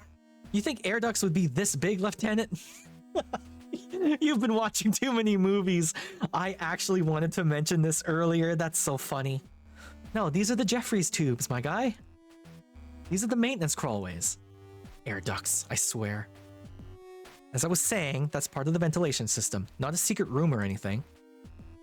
Wait, so you'd already disappointed the chief with your lack of knowledge when it came to the difference between an air duct and a crawlway, so you figured you may as well ask the obvious questions now. Why is it illuminated like that when the rest of the crawlways aren't? Are they teaching cadets nothing these days? When this is done, I'm getting this crew together and giving them a primer on... Chief, why is it lit up? That's simple, Lieutenant. This is a mechanic's nook. When they're designing the ships and there are areas where maintenance crawlways intersect, they make spaces like this. It's for the engineers to take breaks in if they're spending their whole day doing work in these tunnels. Or if we need a lot of different tools, we can bring them in with us, dump what we don't need immediately, and come back for it later. It's a convenient spot that the ship design is built in for us. Oh, right, I get it. That explains the light, I guess. Good, now that you've learned that... Chief, no. Now you need to learn the difference between the ventilation system and the maintenance crawlway. Steve, please. Well, solve that mystery. So, I'm gonna talk to the chief. You spend some time kneading the muscles in your legs and the balls of your hands to work out the tension that had accumulated as you crawled through the tunnels. As you work your way from one leg to the other, you listen into the chief's mutterings as she considers different ways in which you'll be able to access the sickbays. You're relieved that she's putting so much thought into it, but from what you can tell, she's only thinking about how you'll get in, not what you'll do once you get there, or when you get there.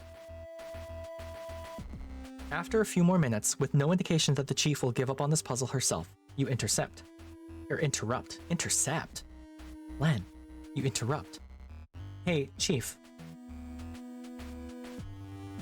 But Lieutenant Coram wouldn't be able to access that area, so that brings us back to... Chief, hey! Lieutenant, I'm trying to figure out how to get us into the sickbay. Give me a moment. Chief, I know we're gonna need to get to the sickbay to prove Quinn and the captain innocent, but right now we need to figure out what we'll do when we get in there.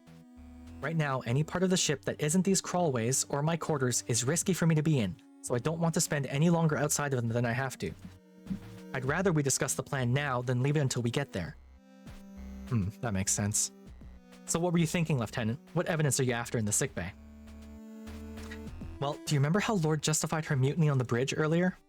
That rat. She was saying that Quinn and Bartomuse were both out of action on purpose when the ship had that blackout. I don't see how it would benefit two traitors to be stuck on a dead ship, but she must have some way to twist the facts. Exactly. To deal with that accusation, we need to... show they couldn't have survived. Prove they were actually unwell. I think this one, right? Like... show they couldn't have survived what? I don't think I understand that option.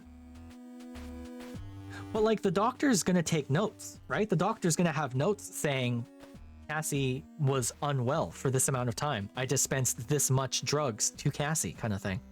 I'm gonna do this one. Show that the two of them were actually sick when the blackout happened.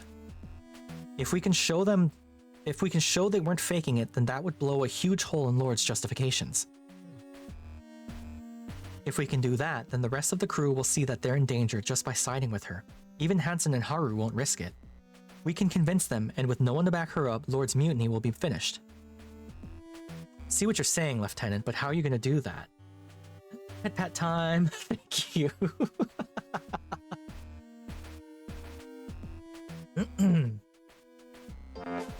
There it is. Thank you for the head pats. Here, I'll give you some free cat ears. Enjoy my cat ears.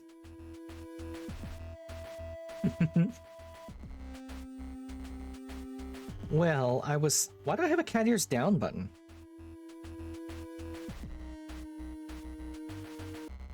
Oh, I know why. Well, I was thinking that there would be records. That's exactly, I said there would be records. There'd be medical records, right? As soon as the power was back on, I took the commander straight to the sickbay and told the doctor about the captain's condition. He's always making notes on that tablet of his. Even when he was treating me after the crash, he was logging his diagnosis and medication used onto it. He'd have definitely done the same for Captain Bartomuse and Lieutenant Commander Quinn. Hey, good thinking, Lieutenant. If the medical record software is like what I used to log repairs, then it's pretty watertight. Time, date, essential information, it'll all be there. Exactly.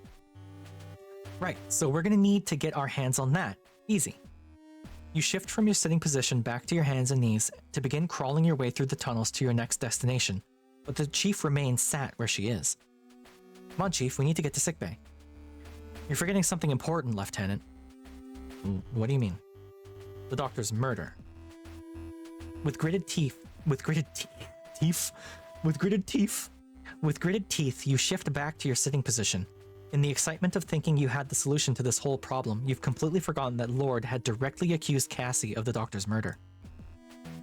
Even if you could prove she had been unconscious at the time of the blackout, no one on the ship would take the side of a murder suspect. Teeth. Honk. Do you know where they put the cat? Do you know where they put the doctor's body, Chief? Hmm? I was knocked out when that was being dealt with. Did they leave it in sickbay?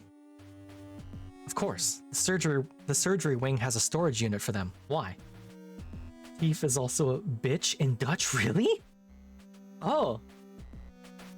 Give me ein Klappe, Chief. Hmm.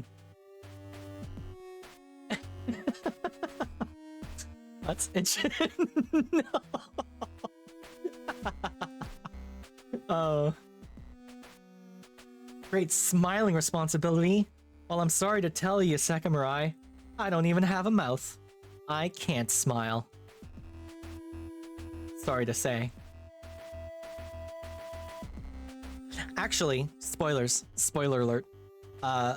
My live 2D model, I will have a toggleable mouth. So... Teef. Call people a teef now. Listen here, teef. Then nothing's changed. The proof we need that the captain and the commander weren't absent on purpose is going to be in the sickbay, and the doctor's body is too.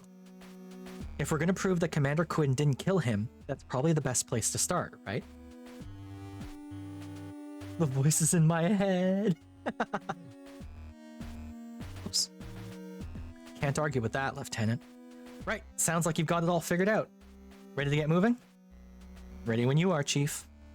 That's what I like to hear. Just make sure you keep up this time. Yes, Chief. You marvel at the speed and agility that the Chief demonstrates in such a confined space as she springs forward from her sitting position and disappears down the dark crawlway. You, on the other hand, curse how awkward it is as you rearrange yourself back into a crawling position and head after her. Although she only has a few seconds lead on you, it only takes that long for her to disappear from sight, leaving you scrambling to catch up, following her exclusively by the sound of her boots and jumpsuit scuffing against the tunnel floor. Oh no, a health check. Alright, I'm hydrating. The funny thing about my hydrate redeem is that I'm constantly drinking water as I stream. I'm thinking I should change the hydrate into something different. Like a squats check. Or a chocolate check. Or something, you know? Like, I'm never not drinking. I'm constantly drinking water while I'm streaming. Just a quick little suck here and there. Just a bit of a suck, you know? Let's see. Fortunately, you're just about able to keep pace and, panting and covered in a fresh film of sweat, you catch up with her just as she opens a hatch in the tunnel ceiling. I had a posture check and I actually got rid of it. I might replace hydrate with posture check, honestly. Because I have one. Let's see. Do I still have that in the system? Or did I delete that? Posture. Oh, there it is. So if I set this group to channel point redeems, and I disable this one, this here. Hold, please, while I do stuff. And I move this here. Posture check. Oop. Move to top. And oh, I deleted the posture check redeem. Interesting. Posture check.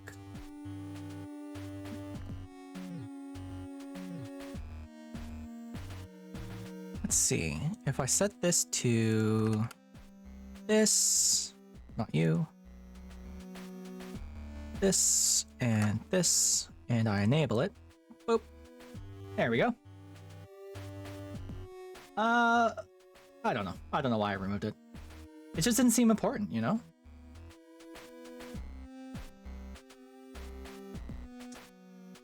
Yeah, I don't know.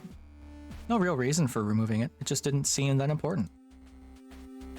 Let's change the color so that it matches all the others. Save. There we go. How's that looking? Posture check. Nice. There's no emote on it, but I can fix that. I can do that later. So you want to look like a humpback? Listen, one of the few things I learned from my dad growing up is to have proper posture. My posture is immaculate, just maybe not when gaming. I do end up shrimping pretty badly when I game, so I do need to remember to roll my shoulders back every so often. Get that stretch for you.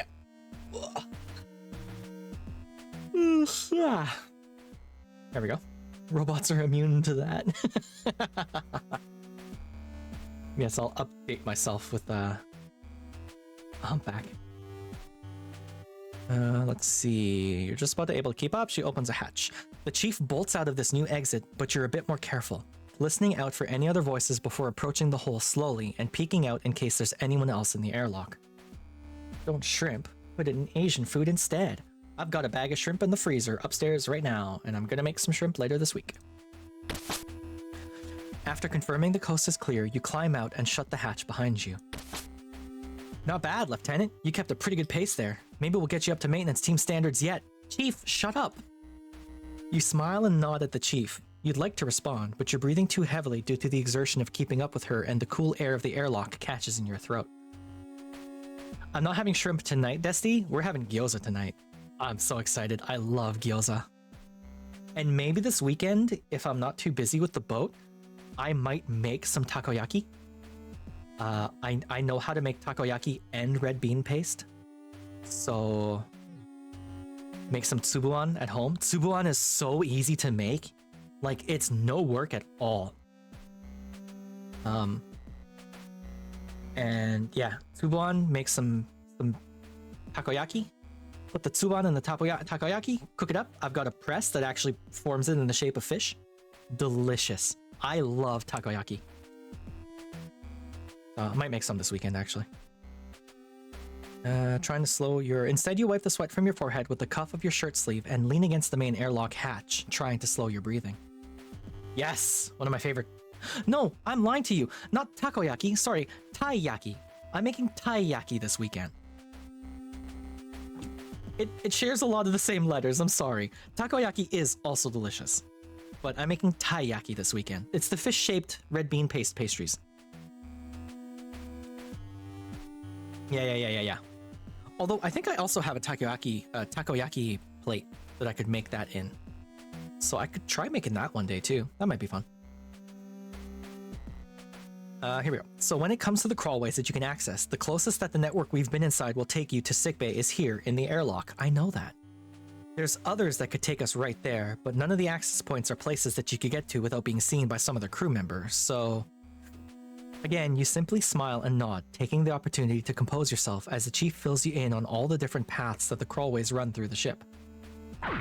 Eventually... Bye, cat ears. Eventually you're ready to move on. Eventually you're ready to move on, but the chief is deep in another lecture, growing increasingly absorbed by her own subject matter. Exhaling deeply, you stand fully upright. If you want to get moving, you'll need to snap the chief out of it. Okay. We're gonna give her a save. Outside of our hotel in Tokyo, a 50-second walk from our hotel door, there was a taiyaki place. And I got at least one taiyaki per day we were in Tokyo. We were in Tokyo for a week. God, they're good. Like, they were fresh. They were so fresh that you had to wait a minute or two for them to cool down a little bit, or else you'd burn your mouth. Like, they were so good. And it was like 300 yen per taiyaki. God, they were good. Hey, Chief. Now that you were ready to move on, you do your best to nudge the chief out of her latest mental distraction. But the thing about that approach is that it doesn't consider... Chief! What is it, Lieutenant? I was just considering... Sorry to push you, Chief, but we really need to get going to sickbay now. We've only got a few days until we're back at Europa. The sooner we deal with this, the better. Right. Okay then, Lieutenant. How are we going to get past the ensigns? The ensigns. You remember nearly being caught by Hansen the last time you were in the airlock, but in the brainstorming session you'd had in the crawlways with the chief, you'd completely forgotten to factor them into your plans. You'd been too concerned with where you needed to be in order to prove Cassie innocent that you hadn't thought how you'd get there. You've got a plan for this, right? Of course. You lie as you run through some ideas in your head. I guess we're gonna need a distraction. We need to figure out some way to get them away from the thoroughfare, ideally for a while. It's a Canadian thing. Canadian and British thing. So, in the UK, it's pronounced lieutenant. And in the Canadian military, it's pronounced lieutenant as well, because the Canadian military is based so heavily on the English military. Yeah, I was told by a few service members in no uncertain terms that it is lieutenant. And if you ever call a Canadian service member lieutenant, you'll get yelled at. So I've stuck to that ever since. And also, generally, Canadian English, it's pronounced lieutenant. Yeah. Don't ask me why. Blame the English. If Ozza was here, we could blame him. We need to figure out some way to get them away from the thoroughfare, ideally for a while. That's good thinking, Lieutenant. It's got to be easier to get them out of the way than it is for us to try and sneak past them or take them out. But I can't really think of anything we can do from here. Don't worry about that, Lieutenant. I've got just the thing. You stay here and watch for the right moment. You'll know it when you see it. Okay, but... Without pausing to listen to your concerns, the chief turns away from you and strides down the hallway towards the central hub. Unlike you, she still has the freedom of the entire ship as long as no one realizes that you're both working together. You watch as she walks nonchalantly into the hub and then turns right towards the aft thoroughfare. If the ensigns notice her, there's no indication that they care as she casually walks away. You take a deep breath and crouch down by the corner of the airlock's exit. You don't want to miss the chief's signal, whatever it may be. Before you can even start to wonder what the chief will do, your question is answered. What is she? Oh my god. Everyone panic! It's happening! Oh my god! I should trigger that alarm button to also trigger my alarm head. I'll do that next time. From your position, you see the chief storm back into the central hub and yell at the two ensigns, gesturing towards the engineering department. Ensigns, I need you in engineering right now! You can't make out the response, but the chief's reply is loud and clear. If you don't get moving, there will be no one left to guard. Now get down there. It doesn't take much to convince the ensigns. You see them sprint past the chief and towards the engineering department. Once they're out of sight, the chief looks to you and shoots you a quick wink before turning to follow them. Get straight to the engines, Crewis. Those cores need to be realigned now. Realigned. Blah, blah. Once the chief is out of sight, you dart down the corridor towards the central hub. You check both thoroughfares and, not seeing anyone, run over to the elevators. Come on, come on, come on. You repeatedly tap the button, thankful that due to its emergency nature, the sickbay doesn't need you to swipe your keycard to access it, instead relying on simply using a bioscanner to log whoever enters. Let's go already, let's go, let's go! As the door begins to open, you immediately slip through the gap, hitting the door close button as soon as you're inside. With a sigh of relief, you lean back against the cool metal wall and feel yourself begin to move downwards.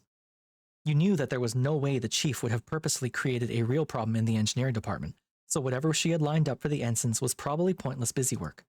Still, it had done the trick, and as long as it kept them occupied, it didn't matter what she'd done. As the elevator's rate of descent begins to slow, you step forward and shield your eyes before the doors open and expose you to the harsh glare of the sickbay lights. Hey, chat, here's a problem, right? We still haven't dealt with the fact that there is an intruder on board. There is someone on board who shouldn't be.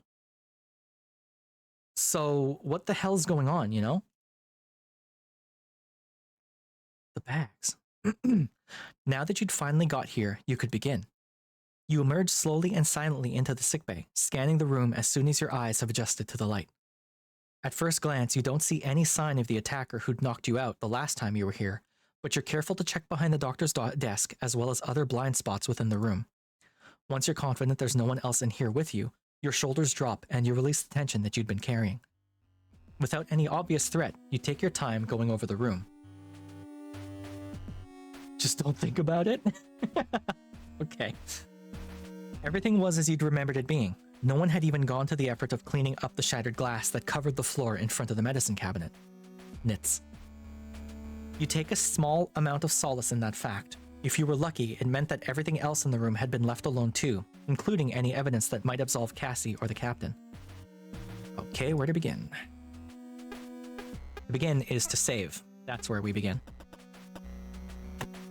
Look. Heading over to the emergency beds, you do a quick visual review that doesn't reveal anything unusual. Despite this, you take some extra time to go over them, peering into all the little nooks and crannies where the padded top joins the frame. You pay careful attention, looking for any unusual markings or damage, or signs that someone else may have been around them aside from Cassie and the doctor. Unfortunately, the only thing that you can find that would be considered out of the ordinary is an empty chocolate bar wrapper stuffed under the pillow alongside a few crumbs on the covering. Cassie awoke and ate the chocolate bar! Aww, so cute. You didn't need to be an expert tracker to know who had been here. Performing one final investigation, you check under the beds and notice a familiar purple wrapper. I got a silent voice. Oh, this must have dropped down when they took her away. She didn't eat it then. Don't worry, Cassie. I'll get this to you soon. So cute. Let's see.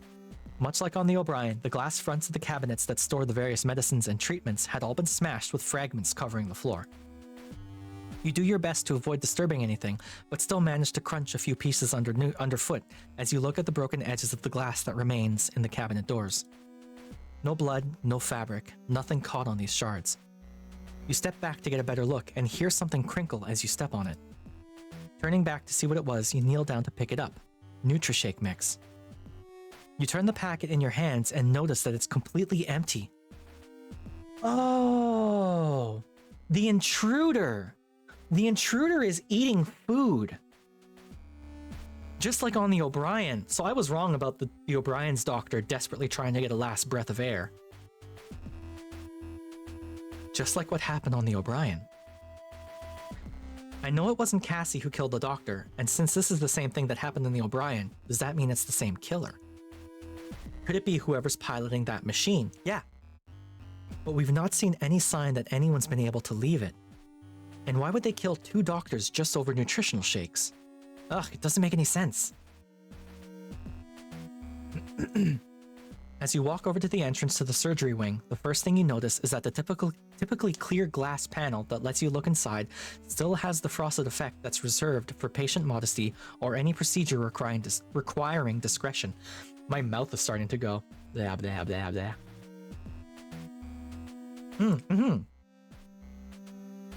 Yeah, the intruder not being dealt with is a big deal. And like, me, the main character, is just not thinking about it enough. It's really annoying, actually. Blah, blah, blah. With the rest of the crew accounted for and no one available to do any surgeries, you can only assume that it was left in place because the doctor's body had been stored inside. Okay. The doctor's desk. If there are any documents that will come in useful, they'll be in there. Alright, so let's use stuff. The doctor's desk is probably my best bet of finding something useful. Moving around to the side where Dr. Rosarium typically sat, you're relieved to find that the drawers are unlocked. You take a thick pile of files out of the top one and begin flicking through them, looking for anything useful. There's gotta be something here, you think, but there's a huge number of documents within the stack of folders that you'd taken, more than you could easily skim through. After a few minutes, you place them down on the table and try the second drawer. This time, a smile crosses your face as you pull out the doctor's datapad. Intruder's really hungry or trying to inconvenience the crew. I think the intruder's probably just really hungry, right? Like, they gotta eat. Maybe. I don't know. Jackpot. Nice. Pulling a sticky note off the screen and placing it back in the drawer you took the device out of. The drawer you took the device out of, you inspect it, looking for the power button. You find and flick a switch on the back of the datapad, watching the screen slowly illuminate as the device comes to life. The sound of a drive within it beginning to spin, letting you know it's still functional. Alright, I bet this will have all the information I need. Your relation is immediately wiped away as you're faced with a login prompt. Oh no. Oh, come on! You place the datapad onto the desk alongside the piles of files and sit down on the doctor's chair, placing your head in your hands. The sticky note! The sticky note! You had no expectation that this endeavor would be easy, but you'd been hoping that at the very least it would have been simple. Unfortunately, that did not look like it would be the case. After taking a few moments to silently fume at the challenges that were being thrown your way, you realize there's nothing you can do but move forward. This can't be it. There's got to be something I can do. With a long exhalation, you stand up, looking around the sickbay. You'd come this far. You weren't going to give up yet. Running your hands back through your hair, you pace from one side of the room to the other. As far as you could tell, there was no obvious proof that Cassie had been the doctor's murderer, but you couldn't find any proof to the contrary either. At this rate, you wouldn't be able to find anything, and there was every chance that once you had left sickbay, the ensigns would have returned to their positions outside of the crew quarters. Had you risked it all for nothing? Before you can dwell on that thought, you hear the elevator whir into life, letting you know that within the next few seconds, someone would be entering the room. Uh-oh. With no time to spare, you decide to... Oh no! Hide. You look around the room in a desperation for somewhere to conceal yourself so that you can either stay unnoticed by whoever enters or get the drop on them if necessary. There's ads coming up in 10 seconds. I'm sorry, we're just gonna keep going. I'm too invested. If you're on a browser, use picture-in-picture. You can pop out my screen, you can turn on the volume on my screen, you can keep watching with the ad running underneath. That's the best I got. I'm sorry. With the surgery wing locked and the emergency beds nothing more than suspended platforms, you're left with one option. Just as the door slides open, you dive behind the desk, trying to tuck yourself into what little space there is underneath it. Remaining as quiet as you can, you listen to the sound of footsteps crossing the room towards your position. The footsteps coming from the elevator towards the desk fall heavily on the floor, each one causing a resounding thud. Whoever's entered the room stops right by you, and you hear a slight creak from the desk as if a great weight had been placed on it. Is it the chief? Oh, thank God. Get out of there, Lieutenant. It's just me. The chief appears in front of you, squatting down with one hand still resting on top of the desk. Oh, no ads yet, though. They're coming, but they haven't started yet. She reaches out to you, and you take her hand, which yanks you to your feet. Which yanks you out and to your feet. No need to worry about Cruis or Rumney. I've got them realigning. There's the ads. If you can still hear me, blink twice. Tap on the screen if you can hear me. Are you still there? One moment, please. There we go.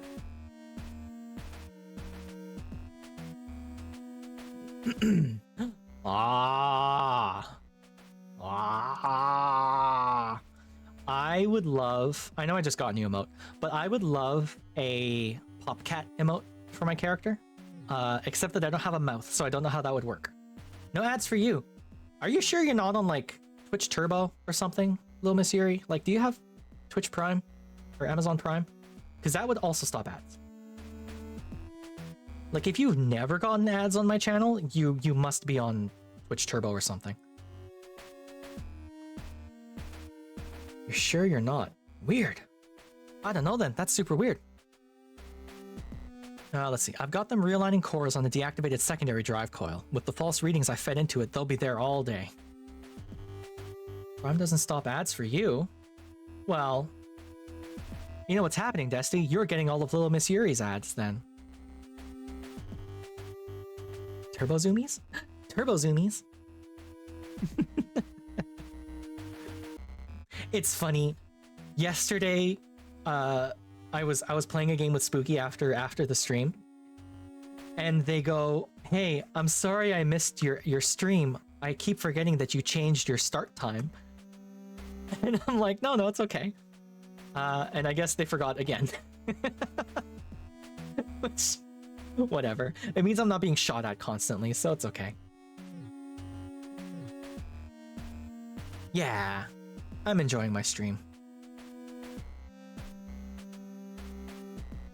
We're all having fun. Told them I'd be working on the main coil in the other engine room, so they shouldn't figure I'm gone for a while. Unless they realize the readouts they're getting are on a loop. But with the 14 variations I plugged in... 14 variations? Chief, you did that in like 20 seconds. How's it going in here? You find what you needed yet? Not yet, no. Might not be too well. Oh, okay, that's fine. Yeah, no, I'm not upset that they're not here. Absolutely not. Just, it's funny, is all. But also, them not being here means I'm not being shot at constantly, so, you know. You gesture over to the doctor's desk.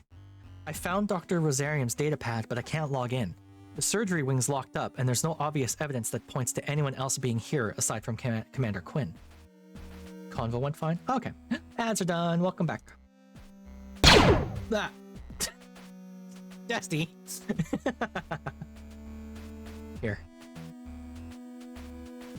Have a free AO.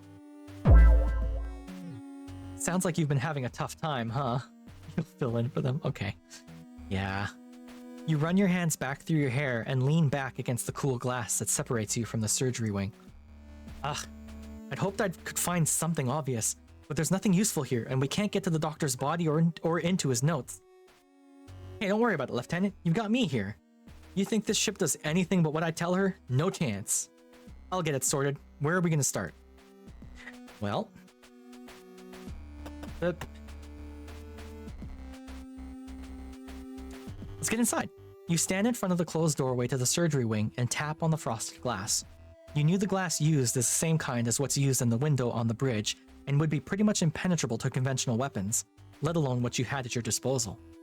Wow. You'd not been able to find the doctor's keycard, and without it, you wouldn't have much of a chance of getting in, so we'll just use Cassie's keycard. With a smug sense of satisfaction, you swipe the card through the terminal next to the door and wait for it to open. Instead, you're met with a harsh series of digital tones. Oh. Access denied, insufficient authority, really? Figures. Alright.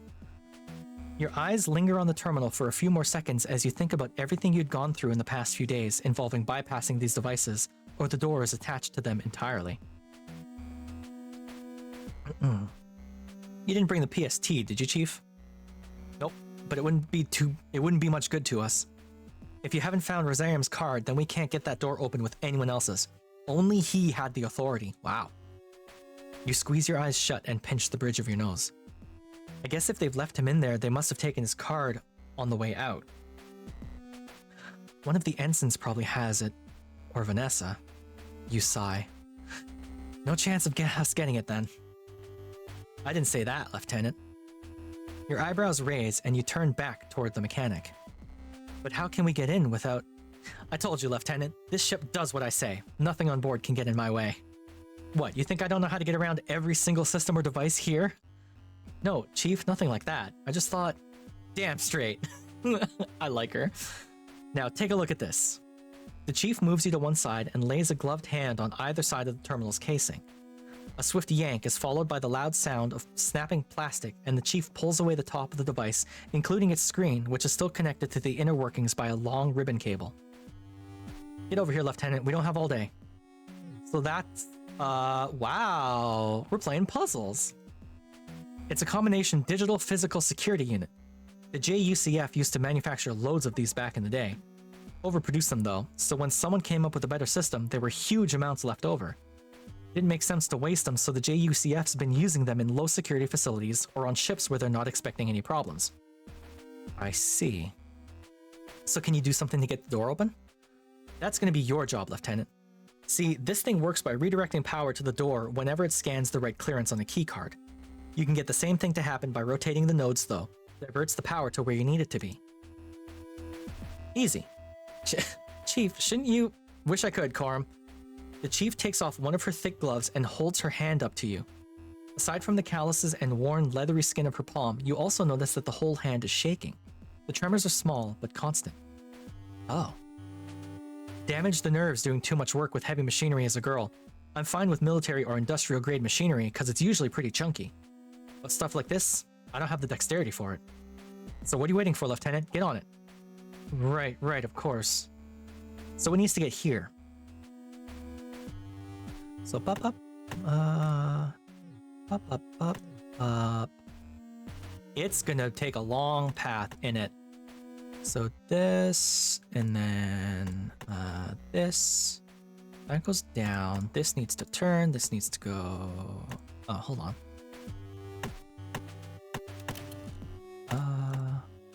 Oh, this can turn this way. Of course. Yay, you're getting stuff. This goes this way, and then this will go this... Nope, this goes this way. And... this way, this... There we go. That was easy.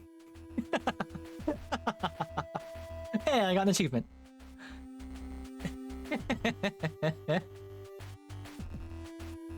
You hear a click as the locking mechanism disengages and the door slides open.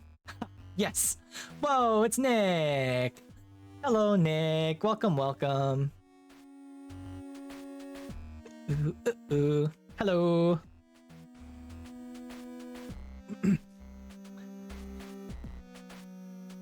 I love Chobits. Chobits is such a fun anime and manga. Welcome, welcome, welcome. How are you doing, Nick? I'm sorry I wasn't watching the latter half of your stream there. I was doing this. But your model is killer. You did a really, really good job with your new model. Like, seriously, well done. How are you doing, though? How was the stream? Hopefully you had a good time of it. You were playing... Were you playing Minecraft? I thought you were playing VR chat. I must have left before you switched over to Minecraft. Hopefully you're doing all right. Doing good. No biggie. What schedules to hit? Oh, cool, cool, cool. Yeah, we do. That's all good, though. Oi! All right. Desty, you were already here. Oh, no. I'm getting people now. Hi, Azza. Hi, Azza. I was already saying hi to Nick's raid. All right, Nick, if you gotta go do your post-stream aftercare, please be my guest. I know how it is. Thank you so much for the raid. Thank you for bringing your community over to me. Azza, how are you doing? Ended stream for nothing. Oh, no, you're good. We're here now. How are you doing, Azza? Did you manage it? All the stuff is happening now. Did you manage to save your daughter, Azza? How was the game? The ball's hardened.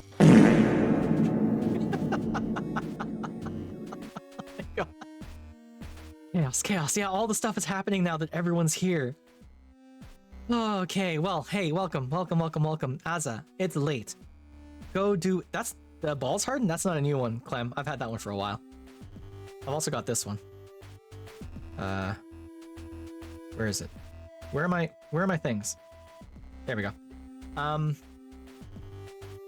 Yeah, no, Nick, you did a great job. Azza, it's late. Go to bed. Do your post-stream aftercare. Take care of yourself, and then go to sleep. I'm ordering you. Cat ears. To everyone who raided in, hello raiders. I am Len Karam. That's Len with 2 L's. I know it looks like an I. It's not. You can see in the background. I actually put my name up so that people would know. It said Len. I hope everyone's doing well. A little bit bigger than that. I hope everyone's doing well. Yep. Yuri's right. Little Miss Yuri is correct. I got rid of my hydrate emote because I'm literally never not hydrating, but I replaced it with a posture check emote. Boiling in your 18 degrees weather? Okay. Enjoy your shower. Send me a postcard. Raiders, I am posture checking. I am Len. I like to play lots of stupid little games. Usually they're RPGs or TTRPGs or TTRPG adjacent, or I like playing co-op games with my friends, like Vintage Story. Check in tomorrow if you like Vintage Story. I'm playing that with Azza and June. We're gonna have a fun time. Right now we're playing Stories from Seoul, The Gun Dog, which is a neat little retro anime visual novel of sorts. And stuff is happening. It's 22 degrees. Oh no. Okay, maybe don't ever visit my city, Azza, or at least don't come in the summer, because we hit the 30s and 40s here in the summer. But we also hit the minus 30s and minus 40s in winter. So like, big swings. So we're gonna keep playing this. Right now, the story is that I'm I'm prisoner on my own ship, and we're doing stuff. Emotional head pet support. Oh my god, so many things are happening. Okay, I did the posture check. I did the stretch, I think. I'm doing the stretch right now. Thank you, Azza, and thanks for the raid. I'll take good care of your community, I promise. There's a free yawn for you. And thank you for the head pat. Yeah, active chat all of a sudden. It's been so quiet before this. Now all the people are here. That's okay though. I love it. I appreciate it and I love it. Yawn with me, Clem. Yes. Put on my anti-mummy voice. Yawn with me, Clem. Okay. I'm not gonna do that too much because no, little Miss Yuri, I'm sorry. It's been Desti and little Miss Yuri the whole time, so I'm sorry for saying quiet. It wasn't quiet. It was low key. I'll say that much. I wasn't getting pummeled with all my redeems. How about that? Other than from you, because you do stay on top of the head pats and the hydrates. It's little Miss Yuri, you're super appreciated. I've been shot. I've been shot. No, I'm sorry. I spoke without thinking. I appreciate you two. It was nice having just you two, but now it makes it sound like I don't want anyone else. Okay, I'm gonna shut up and I'm just gonna get back to playing the game. Everyone, this is a fully text-based game, so I'm reading this, I'm narrating this, and or voice acting it. Yes! There you go, Lieutenant. Easy, right? Yeah, easy, something like that. It was easy, actually. As you step back from the terminal, a waft of cold air from the now open doorway hits you and a chill runs up your spine. You pensively eye the entryway, taking a few steps to your right to get a better look inside.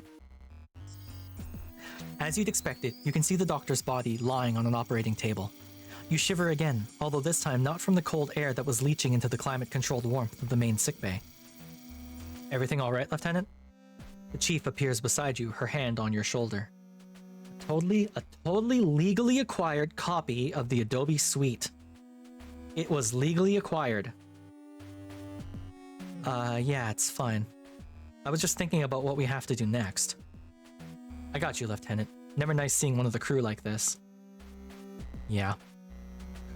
The temperature just outside the door is almost as cold as the room beyond, and as the chill continues to spread, you rub your arms instinctively to warm them. Thank you, little Miss Yuri. I am trying my best here. I am not a voice actor. I like narrating. I did audiobook narration for a little bit, but I'm not a voice actor, so you get what you get. The two voices I definitely like doing are Hanson's and Vanessa's, because I just put on shithead mode for those two. Can we kiss her? You can try, Clem. She is large and very strong, and she's a union woman. She exclaimed in a previous session how she gets in trouble a lot with the corporation or the military because she's like a hardcore union woman. She stands up for your rights.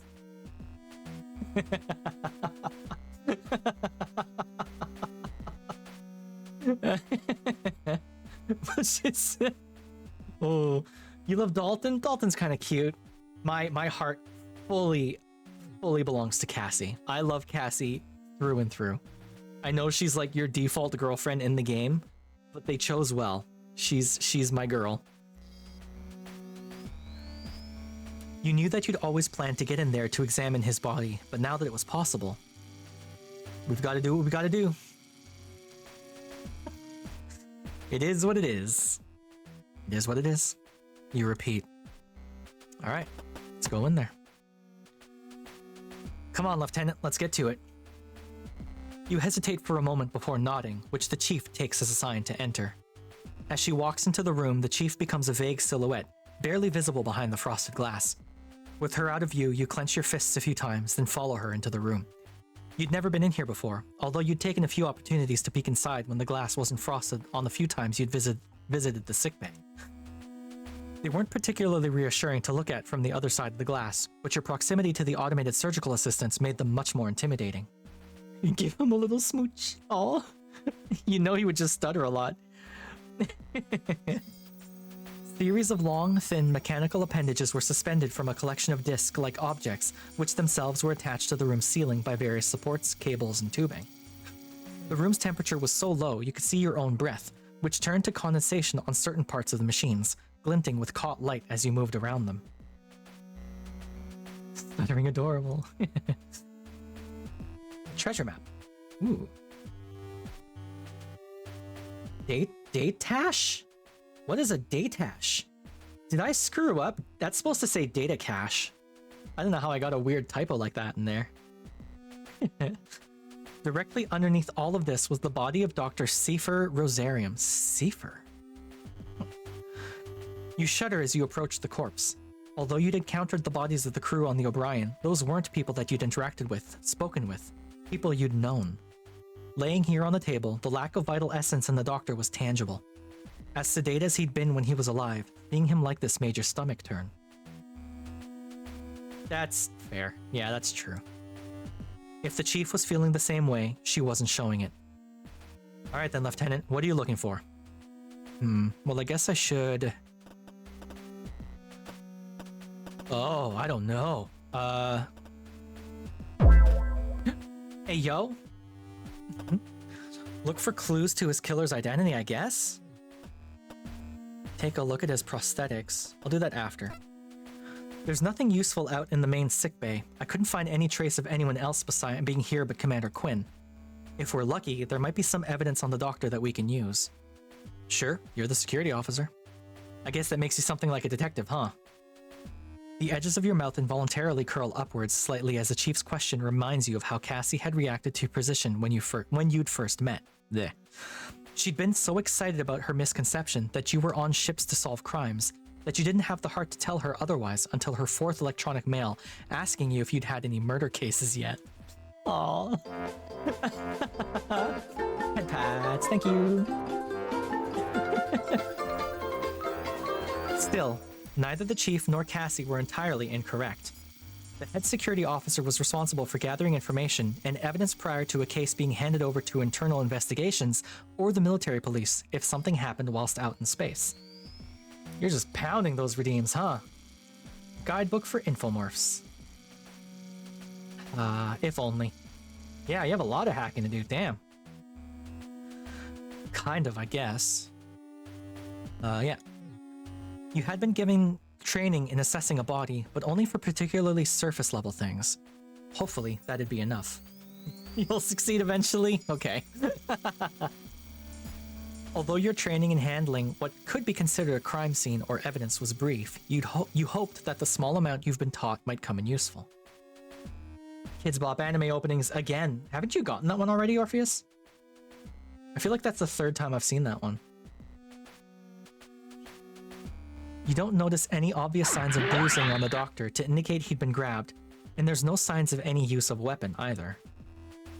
After looking at the fingernails on his left arm and not seeing any signs of skin or blood, you're about to give up when you check his mechanical hand. Chief, look at this. If you type in... I need to put this in my About Me page or something. If you type in cash, it'll show you the items you have. Now, it's gonna fill up chat real bad. I haven't figured out a way to concatenate it. So, Nick, you're gonna have hella stuff and you're gonna fill up chat. But if you type cash, !cash, it'll show you the items you have. Holy crap.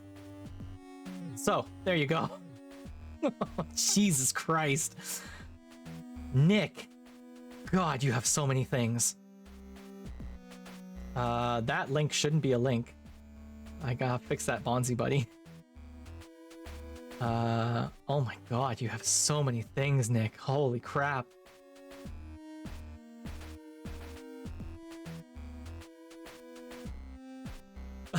Jesus. There's no space after the exclamation mark, Orpheus. There you go. Okay, so you've only got the two things so far. That's not so bad. Yeah, I hadn't really considered people, like, getting a lot of stuff. I need to figure out what to do with that. I'll figure something out. Alright, hold on. Where was I? Chief, look at this. What is it? Big stretch. You raise the doctor's mechanical arm, twisting it slightly so that she can see the back of his hand. As soon as she notices what you're pointing at, she takes the arm off you. Knuckle joints and tops of fingers both crumpled. Augment's military grade. He must have hit something hard for this to happen. Every anime episode that makes Len cry. I can tell you that right now. Let's see. There's like 5 episodes in Violet Evergarden that makes me cry. Definitely the last episode of Anohana gets me into like gross heaving sobs. A Silent Voice is a movie. That's definitely one that makes me cry like a few times throughout the movie. Your Lie in April is pretty good. Yeah, Anohana is brutal. That was actually the first anime to ever make me cry, and oh boy did I cry. Yeah, no, I agree, Nick. 100%, I agree. If you don't cry at Anohana, you're missing your soul or something. White Fang, I haven't. I'll put it on the list though. If it's a cry-worthy, I'll watch that. What have you found, Chief? Take a look. Gently, the Chief extracts something from the joint between the index finger and the knuckle, then passes it to you. Heat makes you yeah, absolutely, Orpheus. 100%. You don't know how flattering it is to know that people love my voice enough to fall asleep to it. Like, it's super, super cool. So yeah, absolutely, enjoy your nap. You carefully take the small fragment off her and hold it between your thumb and forefinger, bringing it up to your eye. It looks like a small metal chip, maybe a piece of whatever he hit. You pass it back. Maybe, but there's nothing on the ship made using something like this. ASMR sleep aid. Well, alright. I'll find something boring to read and I'll narrate it. The Chief pauses, her brow furrowing deeper into its scowl. How about this? Because I want to teach people how to sail. I'll narrate from my sailing Bible book, and I'll release that as like ASMR sleep aid. Len teaches you how to sail. How about that? That'd be funny. I should do that actually.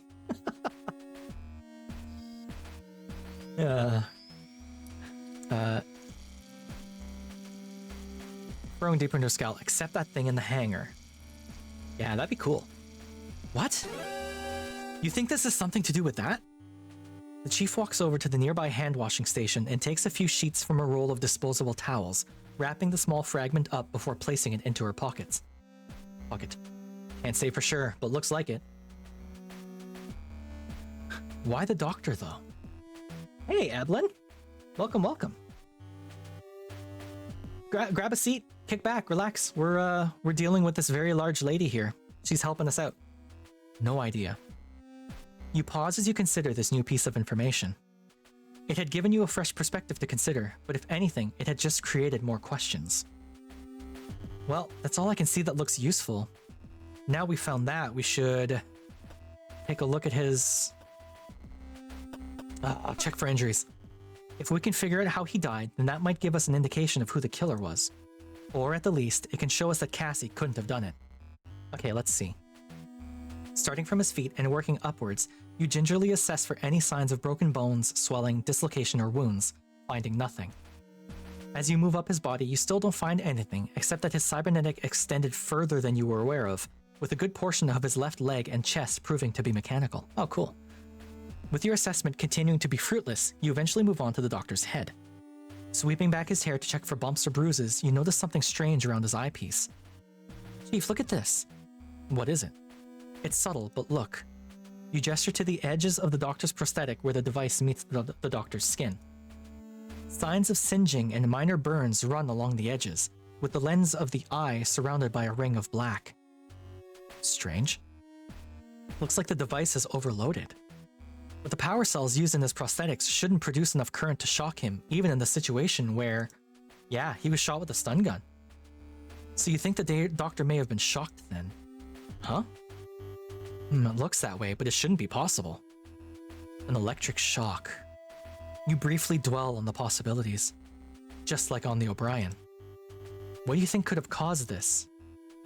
Nothing in the other room. There's no obvious damage to anything that would expose any electronics with the power to do this. Can't see anything in here that... No, not the stun gun. Yeah, remember all the crew on the O'Brien were killed at their stations from electric, overload. So, I think his prosthetics just overloaded. something is... The intruder on board has some means to make electronics go crazy. Can't see anything in here that could have delivered this level of shock. Defib paddles are still in their mounts, no damage to the automated assistant. Had to have been something someone brought in. Like an electroshock weapon. Whoa, Chief. You don't think I did this, did you? I don't know, Lieutenant, did you? No, I came in, found the doctor dead, and got attacked just before I could check on Cassie. I mean, the intruder is definitely the person responsible for all of this. I just wish my character was smart enough to remember that there is an intruder. Why would I kill the doctor? The Chief's hard glare drops the temperature of the room by a few more degrees as she watches you from the other side of the operating table that the doctor has been laid down on. You'd have to be pretty stupid to murder someone, then break out and drag another member of the crew to show them evidence which showed you did it, huh? You breathe a sigh of relief, which turns to a small cloud of vapor in front of you. Yeah, you would. I guess we have our answer there, even if it raises more questions. Now that we figured this out, take a look at his prosthetics. Do you think there's anything we can learn from his prosthetics? Would they keep any information about his condition or anything like that? Rosarium's augments are pretty old, but... The Chief reaches into one of the pockets of her overalls and pulls out a small screwdriver, much smaller than the one Dylan had snuck into your meal. Methodically, she begins to assess the doctor's right arm, following the edges of the various panels. Eventually, she raises the arm, which yields easily, finding a series of screws on the underside of his mechanical forearm. I what, Eblin? Speak! Speak, Eblin, and let us know your truth. Oh, you typed randomly. Okay. How are you doing otherwise, though, Eblin? You doing alright? Each screw is quickly removed and placed neatly into a nearby surgical basin, followed by a panel that the Chief lifts away. You're doing well? That's good. Fiber nuggies! Yum yum. I would actually kill for some chicken nuggets right now. You know what? I think I might just be hungry. I didn't have lunch, so I'm kind of hungry. Although the Chief is simply disassembling a piece of machinery, you can't help but feel a bit queasy as you watch her work, given the situation you're in. With the air of a surgeon about her, she continues to methodically disassemble the interior of the doctor's arm until she places the screwdriver down and pulls out a small circuit board, which remains connected by a series of wires. This. She holds the board up and turns it to face you, showing that it has a small screen and a series of buttons on the other side. Should give us a log of the doctor's vitals, but looks like the whole unit's been deactivated. It's fine to lurk in 10 streams and watch this one. According to Desti, you can only, realistically lurk in 3 streams. Apparently Twitch only keeps track of your viewership for 3 streams. Hold it for a second. And it's passed to you, as it's passed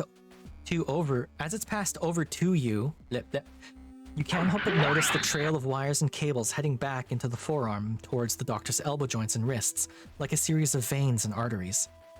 You swallow nervously, looking away as the Chief continues to dissect the interior of the mechanical arm. You will hack that system. Do it. Unnerved by the procedure being carried out next to you, but still having to hold on to this component, you close your eyes and steady your breathing. There. There's a click as she lays a burned-out battery in the surgical basin, and you see that a series of wires coming from the doctor's arm are now connected to a fresh-looking battery that sits just to his side. So, Lieutenant, what does it say?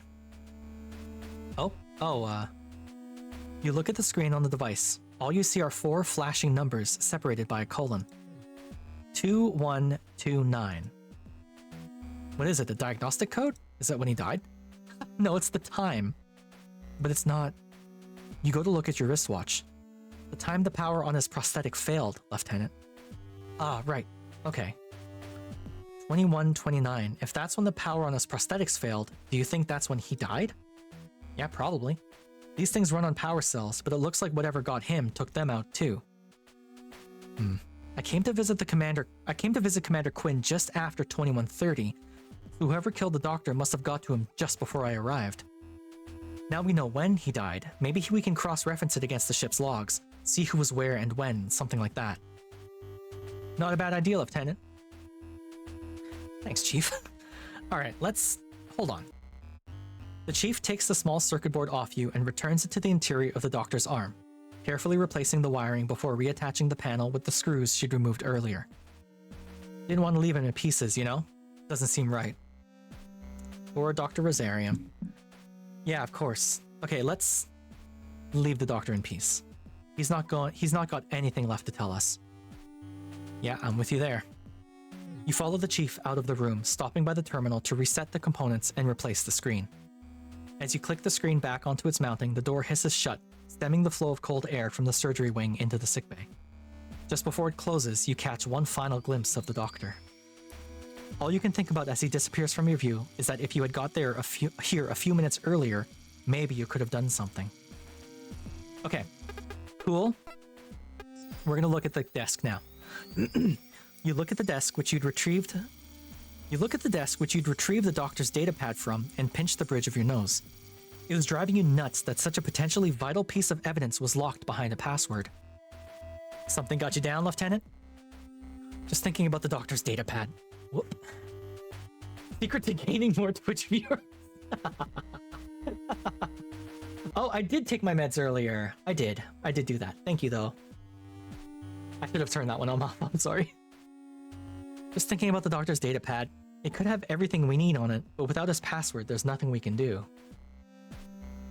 You sure you've looked everywhere? Rosarium was good with medical equipment, but no good with computers. The sticky note! My guy! Oh, I'm so annoyed at myself. Bet you he's written his password down somewhere. Maybe there is something I missed. A vague memory returns to you and you head over to the desk, opening the top drawer.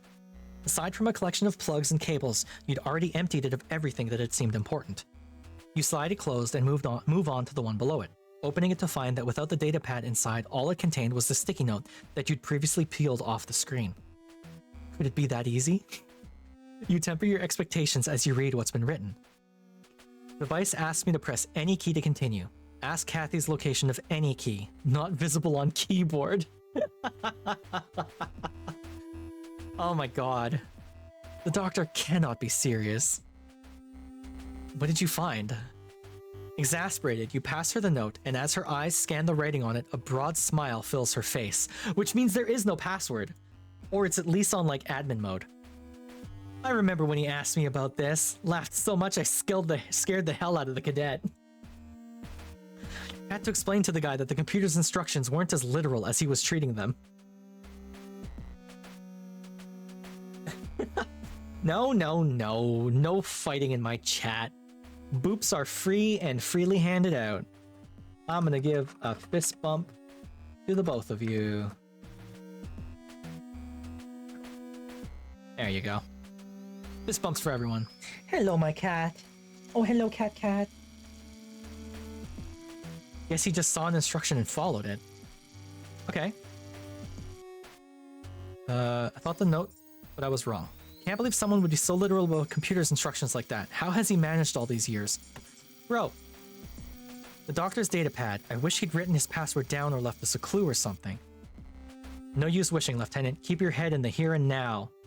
If the problem's gonna get solved, it's gonna be by us. Yeah, you're right. You don't know anything about the doctor that'd help you guess his password. Well, I guess he's extremely matter-of-fact, to the point, literal. I wonder.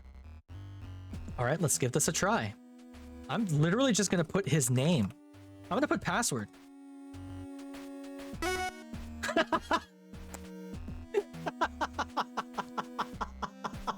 First try! Someone clip that. Please someone clip that. Oh my god. Oh, that's so good. God damn it, Doctor. Oh. Dr. Rosarium, you cannot be serious. So what was it, Lieutenant? Password, as in enter password. A huge smile erupts on the chief's face and she laughs loudly, giving you such a hearty series of pats on the back that you almost launch the datapad across the room. Thank you, Nick. Good old Rosarium. Wiping a tear from the corner of her eye, the chief maintains her grin. Oh, the chief is actually really sad about Rosarian being dead. She's hiding it behind boisterous laughter, but she's really sad. This was a genuine tear, I bet. Poor chief. We could always count on that guy to get straight to the point. Good work figuring it out, Lieutenant. See if you can find something useful on that device. Will do. God, I'm gonna save. A stupid thing. Medic. This looks like it contains the medical records of everyone on board the Gundog. If I go any further, I'll be looking at some really sensitive material, but there could be something in here that helps me. I'll need to make sure I only look at what I need to. First things first, Cassie. Look at this picture, so cute. Sandra Quinn, date of birth 189. Wait. Hold on. She's 25 years old. Cool.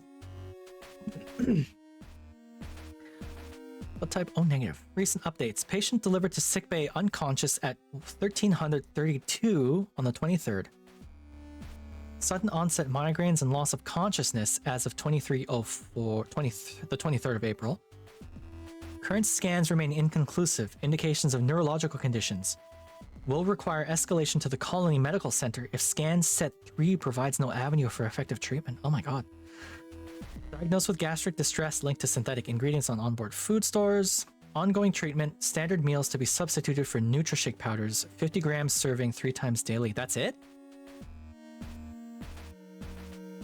Huh. I thought there'd be more. Kathy's. Medical notes. Left shoulder joint internally augmented following injuries sustained 09-209. Oh shit. Oh, that's the chief. Whoops. I didn't mean to look at the chief. I meant to look at the captain. Here we go, chief. Oh, yeah? Just found records for the captain. Says he found her unresponsive due to, let's read it. 172. Attended quarters following notification by crew member at 1445. 2 streams count you as viewers, but lurking in more than 2 still generates revenue for all streams for most ads. Oh, interesting. Well, that's good to know. Thank you, Sekamarai. Sekamarai. Patient was discovered unresponsive due to alcohol-induced... I'm getting tripped up now. Vasalgia? Vasalgia. Is this the first word I've tripped up on? It might be. Level of consumption indicates undiagnosed alcoholism. Because of what?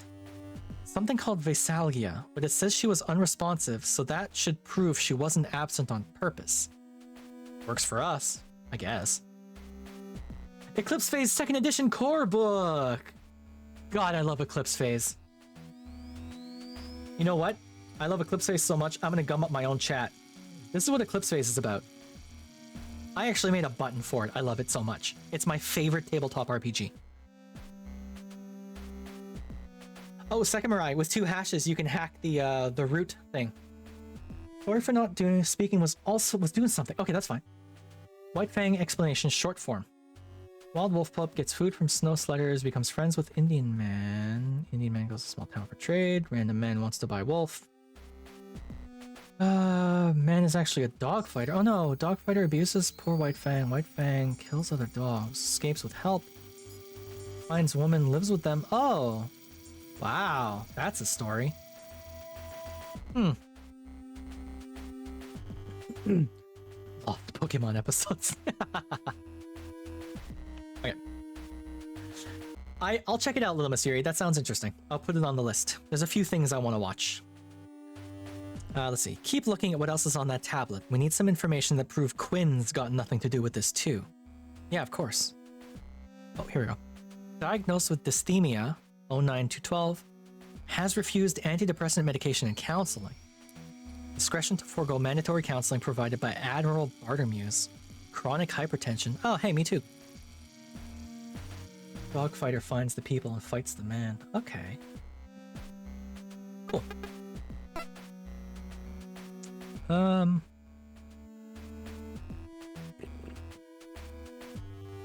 Yeah, there's sort of nothing from Kathy, or from Yeah, from Cassie. Let's see. Investigated for enhanced sensory potential following 3 consecutive wins in Youth Frame Racing Championships. Cool. Haru's pretty set up. Vanessa Lord. Recurrent complaints regarding low impact conditions. No positive diagnosis to date. Potential hypochondria. Of course. She even pissed off the doctor because she's a hypochondriac. Oops. I'm just gonna read everyone. Dalton Grange. Not as young as I thought.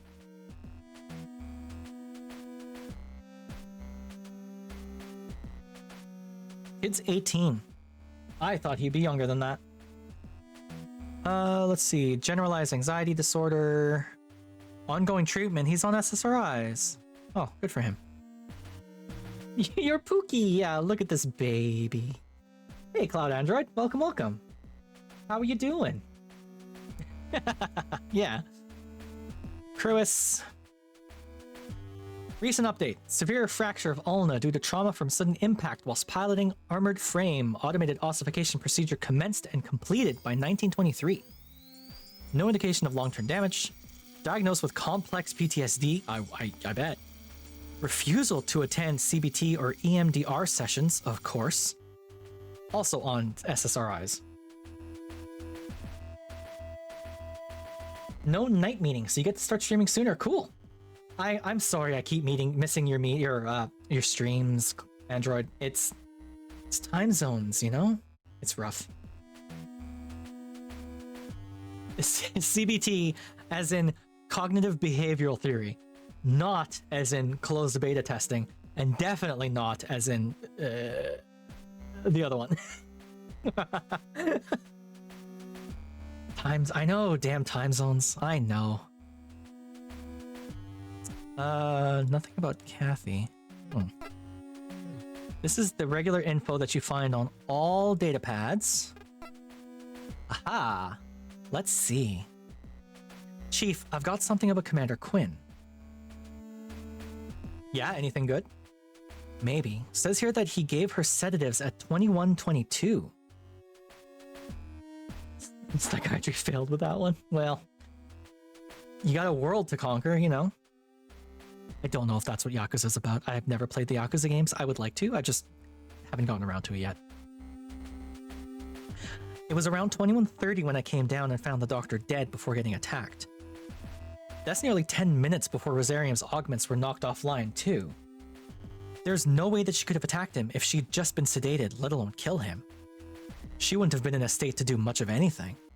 So we've got the Lieutenant Commander being dosed up with sedatives and Bartomeu's having, what did the doctor call it? Vesalgia? When the power was off. Head pats! Thank you for the head pats. So tasty! Looks like we've got enough to prove that Lord's full of crap. Definitely. This will be really useful. Yeah, let's see. Painkillers and sedatives at 18:15 and then again at 21:22. He was going to run the neuroimaging. Oh, Cruis. Review completion of ossification procedure and assess wound closure and sutures. Me! Oh! Localized anti-inflammatory and painkillers at 18:40. Bartomeu's. Treatment for Vesalgia. Rehydrate with high glucose electrolyte mix accompanied by painkillers. Completed by 14:52. Vesalgia is the clinical term for being drunk off your tits, isn't it? I think Vesalgia is literally just being drunk. I think that's all that is. Provide recommendations on counseling for alcohol misuse and potential addiction. Yeah.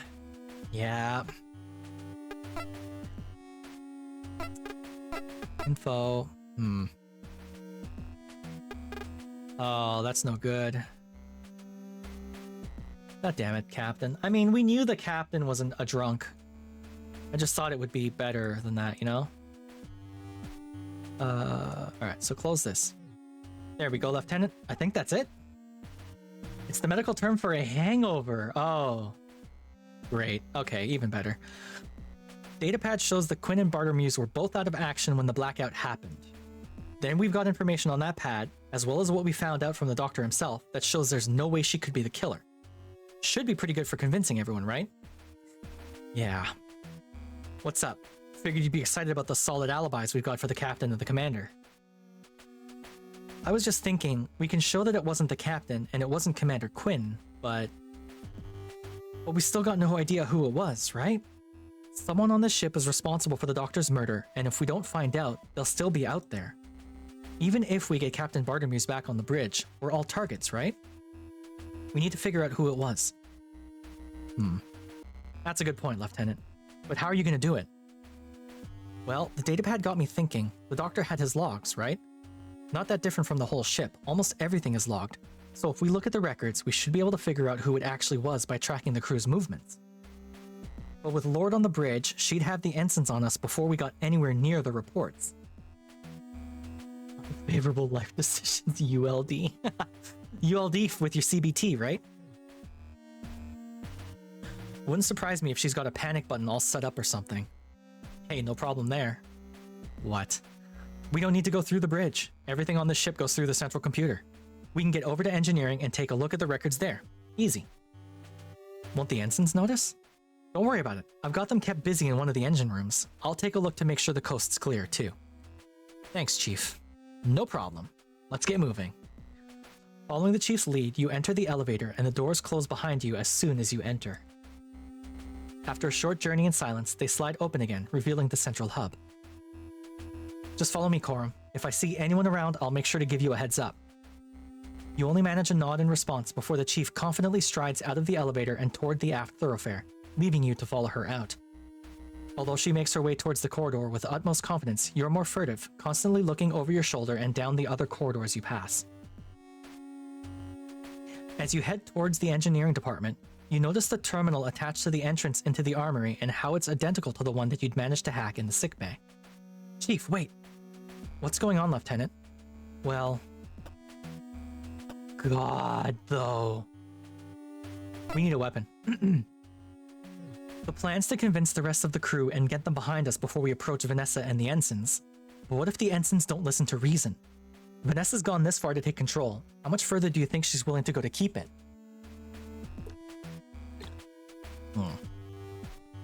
Trust me, I don't want it to come to this. But if it does... I get you, Lieutenant. It makes sense. The ensigns should still be in the engine room if they've got any sense, and if anyone else comes along, I can deal with them. You know what to do. Get going. Thanks, Chief.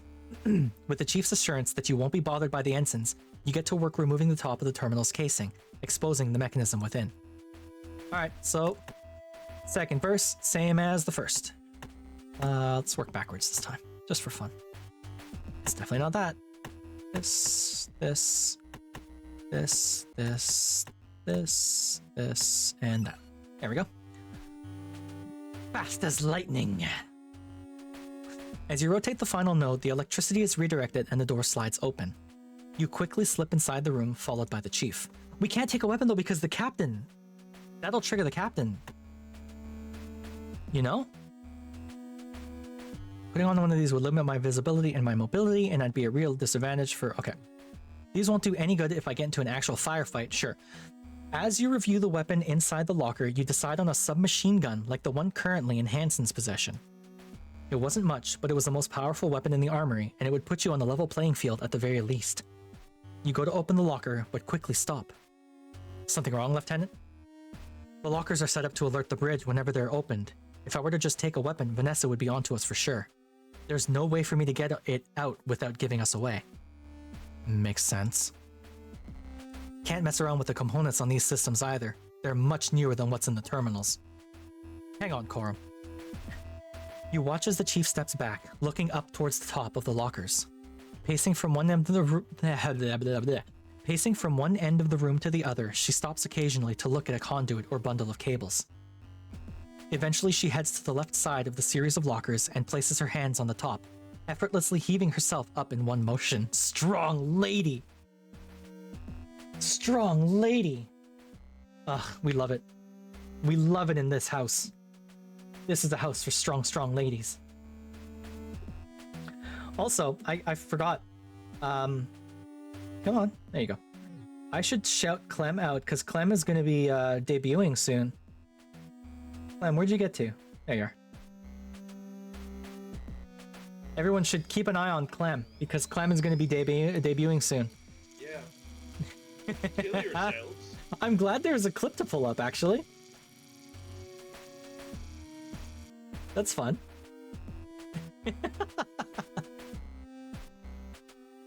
Get ready to grab what you need, then shut the door again. Understand? Understood? My face. Yes. Okay. You place your hand on the locker's handle, waiting for the chief to take action. Understood. With a sharp tug, the chief pulls 3 large cables out of the wall. Now, Lieutenant. You pull open the door and fumble in the darkness, eventually grabbing one of the guns and a few magazines. You place them down beside you and then slam the door shut. It's closed, Chief. Got you. With a huff, the chief drops back down to the floor. You look up and past her and see that the cables have been inserted back into the wall. Just had to disrupt the circuit the room's on. Might show as a blip up on the bridge, so let's go before anyone comes to investigate. Thanks, Chief. You gather up your weapon and ammunition and leave the room. You got a submachine gun! Hell yeah. Now outside, you take a few seconds to reset the components and replace the casing on the terminal, causing the door to slide shut. You follow the chief down to the remainder of the thoroughfare and arrive in the engineering department. She pauses for a moment, looks around, and then with the same self-assuredness continues her way towards the central computer. You follow her along the series of catwalks that lead you there, keeping a constant watch towards the engine rooms in case one of the ensigns were to emerge. Fortunately, your journey is uneventful, and you arrive at the door. So what's the plan to get in, Lieutenant? Nothing complicated, Chief. Oop. You pull Cassie's keycard out of your pocket and present it to the engineer, who takes note of the name on the card. Go, Cloud Android, go.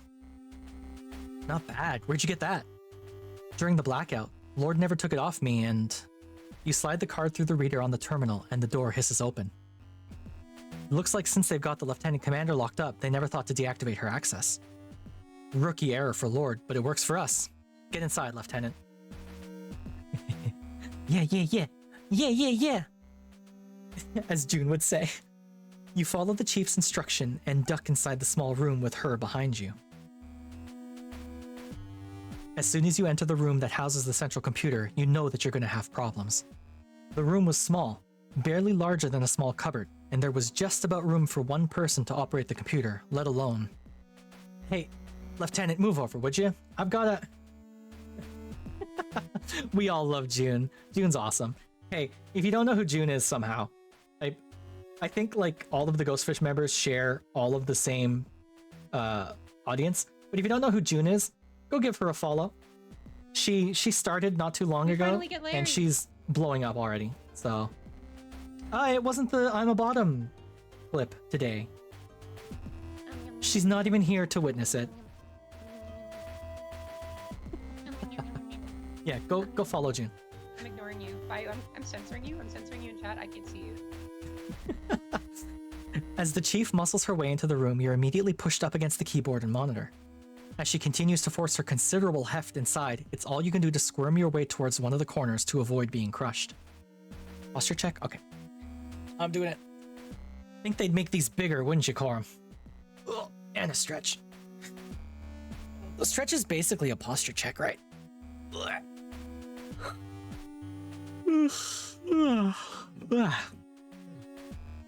A small is about all you can manage as you continue to adjust yourself to try and find a position that you can actually breathe in. Good job, thank you.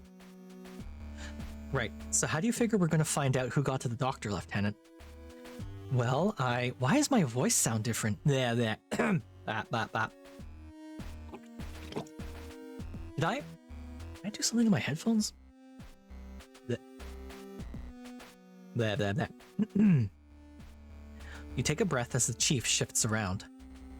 If we look up who went into sickbay immediately before me, that should give us our answer. Honk! Gotcha, let me just... As if carefully plucking parts out of a toolkit, the chief's typing is slow but methodical. With both hands raised over the keyboard, she scans the letters, then strikes the one she's after, beginning the whole process again for each following character. It takes a while, but eventually a window appears with a long list of names, dates, and times. 23rd of April, PC 214, 2130. We've got Lieutenant Len Corum. But before that, we've got... The chief pauses, making you shift and wriggle to get a better view of the screen. No information. Sickbay 2129. What does that even mean? How can there be no information? Hang on a second. The chief's voice trails off as she resumes her same methodical process of hunting for the keys she needs, slowly proceeding by typing with just 2 fingers. As a different selection of logs, lists, and files appears on screen, you hear the chief mutter to herself. Not that there's no info, it's a log, just with no user data. Shouldn't be possible. Whether it's a keycard or biodata, Bartermuse has to authorize every crew profile. The system shouldn't allow any dummies. Yeah, it's the intruder. I'm so upset at these people. There's an ad coming up in 30 seconds, but I'm just gonna go through it again. I'm sorry to everyone. Like I said before, open up, if you're on browser, open me up in picture-in-picture on your browser. If you've got Firefox, it's built into Firefox. And just play me. Let the ad run underneath. I don't care. The system shouldn't allow any dummies. Chief, hey, what is it? Silently, the chief places the tip of her finger on the screen, pointing to a set of entries. No information, sickbay 2129, just before I got there. You carry on working your way down the list. No information, crew quarters 5, 2102. That's Cassie's cabin. No information, central computer 2021. No information, engine room 1933. No information, mess hall 1910. It's an intruder. No information, hangar 1850. When the thing crashed, that was after you and Hansen crashed that Juno right into the hangar, bringing that machine with you. You both stand in silence as the information remains on the screen, flickering ever so slightly as its brilliant green stands out on the dark black of the screen. Come on, Lieutenant, let's get going. Without warning, the chief steps back and out of the room, grabbing you by the arm and dragging you with her. Chief, hang on. You struggle against the chief's iron grip as she pulls you out of the small room and along the catwalk which leads back towards the engineering department's exit. Chief, wait, we can't— there's the ads. We can't just— Despite her gloved hand encircling your entire forearm, you manage to wrestle yourself free, taking a few steps backward as she turns to grab you again. Get over here, Corum. We gotta tell Lord what's going on. I know it's bad, Chief, but we can't just— Damn right it's bad. I don't care what's going on with you and her right now. Something's gotta be done, and it's gotta be done. Chief, think about this for a few seconds. If you go up to the bridge and tell Vanessa that she's wrong, how do you think she's going to react? If she's made herself the captain, she can act like the damn captain and get this ship swept for intruders. Quit messing around and... Do you think Vanessa will really do that, Chief? How do you think she'll react if you tell her that you figured out there's an intruder? Whoa! Clem? Thank you for the subscription, Clem. Thank you for the resub, actually. Thank you. You didn't have to do that, though. I told you how to get past the ads. Just use picture-in-picture. But thank you all the same. It's super appreciated. Crazy appreciated. How do you think she'll react if you tell her that you figured out there's an intruder on the ship that's responsible for everything she's blaming on me, the captain, and Cassie? I read that so badly, but I'm not going to reread it. Do you think she'll admit her mistake? She'll be the one up for execution as a mutineer if that happens. Magical no ads strikes again. You get enjoyment? Well, thank you, Clem. Best case scenario, she ignores you. Worst case, I get it, Lieutenant. If we can't go to Lord, then we can... The chief pauses, and you see the frustration continue to burn in her eyes until, after a moment, she drops her shoulders and exhales, releasing her pent-up tension. We wouldn't be able to take direct action, but then we could set up an alert if the dummy ID is detected. Risk is that we need to stay by the terminal feeding back the report, so if... Unless... More complicated method to spoof ads while keeping the stream watching normally. Okay. Hey, whatever works, I'm happy. Literally only subscribe to me if you want my emotes. That's the only thing I'll say. If you want my emotes, then subscribe. If you want to skip ads, like, do the picture-in-picture thing, or like find an ad blocker, honestly. If you want to support me, I have a Ko-fi set up. You can do that. Yeah. That's about it. Unless... Chief, hey. The plan's not changed, Chief. We can't go to Vanessa, but if we go to the rest of the crew, we can convince them of what's really happened. Once we've done that, we can get her out of the way, get the captain back in command, and then deal with whatever's actually happening on this ship properly. I do have a throne. We don't talk about the throne, though. The throne is stupid. But we need to figure out what that actually is before anything else. If we know their aim, then we'll also be in a better position to deal with what's happening. So then we could... You breathe a sigh of relief as the chief begins to mutter to herself, her eyes darting back and forward and backward as she quickly gets absorbed into the specifics of how the situation could be handled. Shush, Dusty, we don't bring that up. That was a joke that I put in there, and that ghostly turned into a really bad joke. You take advantage of her distraction to pause and center yourself. You'd found out a lot about what had happened, but so much of it was just disparate information. You'd need to bring it all together to figure out what was really going on. You could tell by the intense look of focus on her face that the chief was already focused on planning how to handle the intruder once you've got the crew on your side. Her instinct for problem solving would be crucial in getting to the bottom of this whole thing. Chief. Huh, Lieutenant? We can start on a plan to deal with whoever's responsible once we've figured out who that is and what they're doing. But where do we start with that? How do we get this all figured out? Lord's first big claim was that Quinn killed Rosarium. Although I don't know why he'd be a target. It's not like he... What about that being her first big claim? Or what about that being her first big claim, Chief? Right, we need to convince everyone that Quinn didn't kill the doctor. That's what's got everyone spooked. Definitely makes you and her look like the bad guys. If we prove she didn't do it... Right, so what do we know that proves Cassie didn't do it? She was out because of the condition she was in. She'd have been completely knocked out when the murder happened.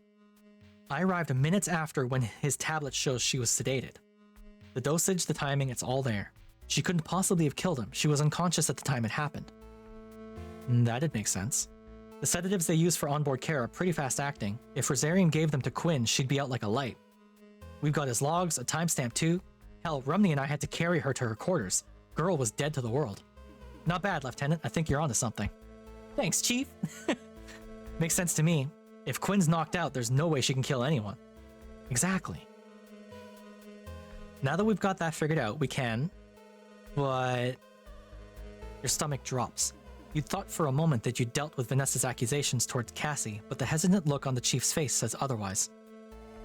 What is it, Chief? Lord's not going to let it be that easy. Quinn was sedated, sure, but those meds take a few minutes to be effective. What are you saying, Chief? We're gonna need to stay a few steps ahead of Lord, Lieutenant. Get in her head, think how she'll argue back, then deal with that. If you tell her Quinn was sedated when Rosarium died, she'll just come straight back with something like, how do you know she didn't kill him before the sedatives took effect? Ugh, you're right, she would. Yeah, because Vanessa's a bitch. Those drugs act quickly, though. Cassie couldn't have been awake for long.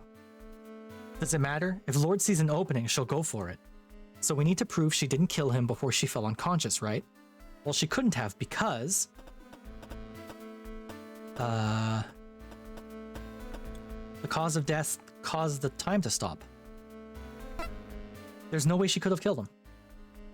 You're gonna need more than that, Coram. The cause of death, think about it. Whatever killed him also deactivated his prosthetics and left signs of singeing along where his body met the metal. That could have only been done by a source of high-power electricity, something like an electroshock weapon. I didn't find one in there. No one mentioned finding one either. So unless she got sedated, drew a previously hidden electroshock weapon, then managed to hide it again, it's a ridiculous scenario. Yeah, that's right. I don't remember seeing one when I arrived. You didn't find one. But what if Lord does her own investigation, finds an electroshock weapon in there? She wouldn't. I searched that room from top to bottom. Yeah, but what if she did? See, the Chief's smart. The Chief's savvy. Might not have even been there when you looked, but she could still find one. That's ridiculous. I'm so naive. She'd be planting evidence. You think that rat wouldn't? Lord's not playing fair, Lieutenant, so we need this bolted down. How do we know Quinn didn't hide an electroshock weapon?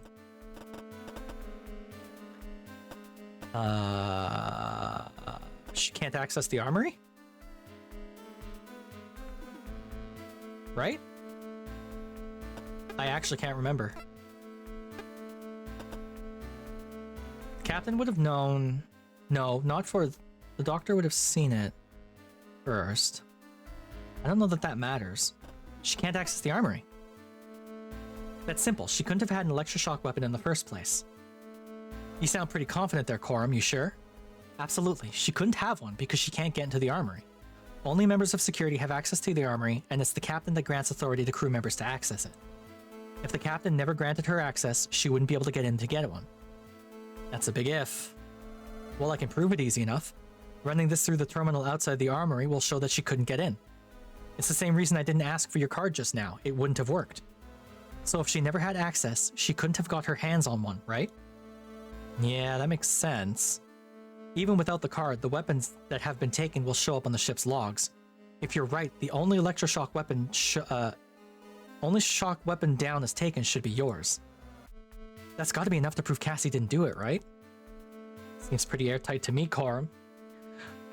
Quinn would have been unconscious because of the meds, and even if she wasn't, the way Rosarium died doesn't make sense because she can't get into the armory. Gonna be hard for anyone to argue with that. Great! So that's Quinn. What about Bartermuse, though? The captain? You're hit with the realization that you'd been so focused on proving Cassie's innocence that you'd completely forgotten that Vanessa had leveled other allegations against the captain.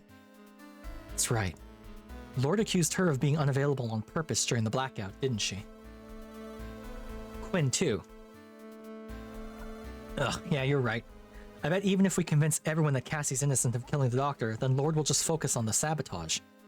It's not like she's let the truth get in her way so far. She's a slippery one. Ugh. Hey, buck up, Corum. We've got the stuff with Quinn and Rosarium figured out. All we gotta do is deal with this, then we can show everyone Lord's nothing but a liar. So don't start moping now. You're right. We need to convince everyone that the captain and Cassie didn't have anything to do with the sabotage and that they weren't dodging their duties. But what do we know about them that we can use? They were both unwell.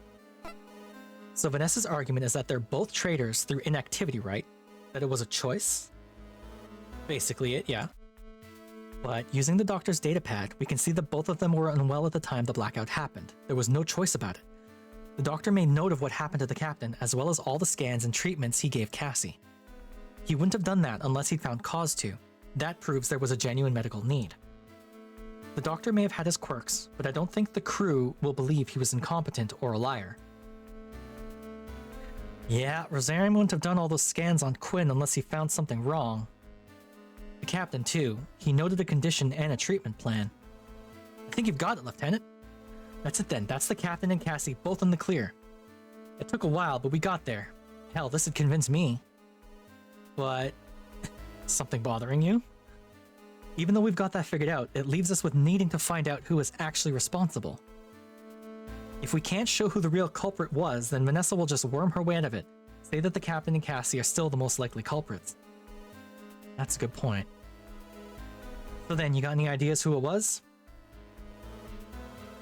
Who was the real culprit? Someone else, obviously. I don't think it was anyone from the crew. No. If you think about it, when the blackout happened, no one was in any position to take advantage of it. We were all totally taken by surprise. It didn't seem like something that happened from within the ship either. You'd have figured out what caused it otherwise.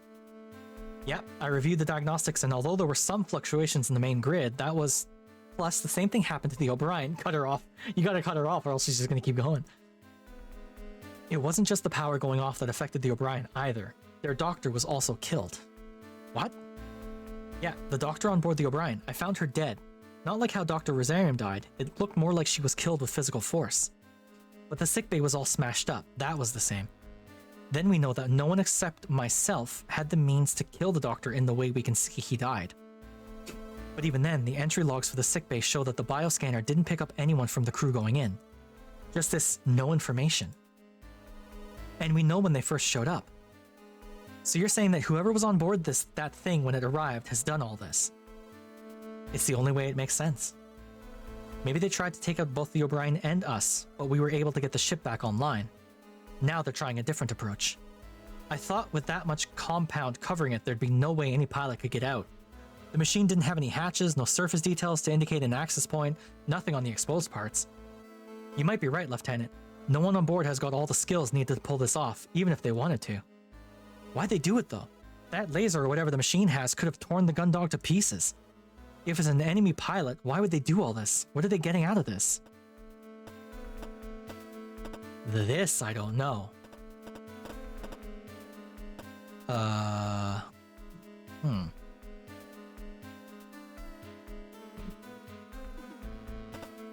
They're not pirates. They can't be pirates. That's ridiculous.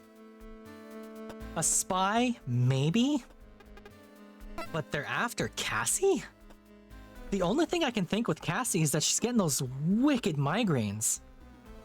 Maybe she's got powers or something, you know? I'm gonna... Right, this may sound crazy, Chief, but hear me out. I'm gonna have to stop soon, chat. It's getting a little late, but I'm invested so heavily in this, so we're gonna get to a good stopping point and then we'll stop. Hey, Eds. Whoever this is, I think they're after Cassie. After Quinn, huh? I'm gonna need some explanation on that one. Well, there's a couple of things. I might be wrong, but I think it's because... Oh god,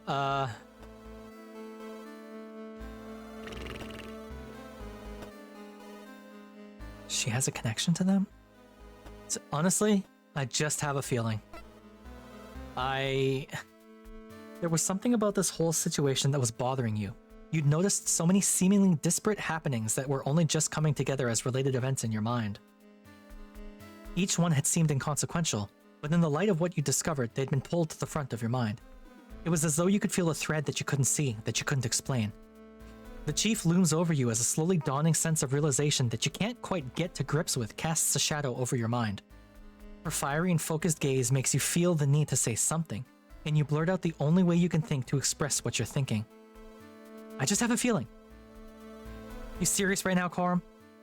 No, right, that's not what I mean. What I mean is... You take a deep breath in. You still weren't totally sure, but with everything you'd noticed, all the odds happening that you'd picked up on, it felt like the only explanation. Cheer.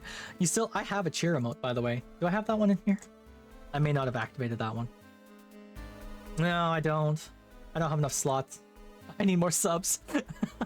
I legitimately only need subs for the emote slots at this point. That's fine. You still couldn't quite form a full picture of what was going on in your head, but you knew you were close to figuring it out. You knew that what you'd seen was important. There have been things happening that haven't made sense. On their own, they didn't seem like anything to worry about, but now that we're here, they do.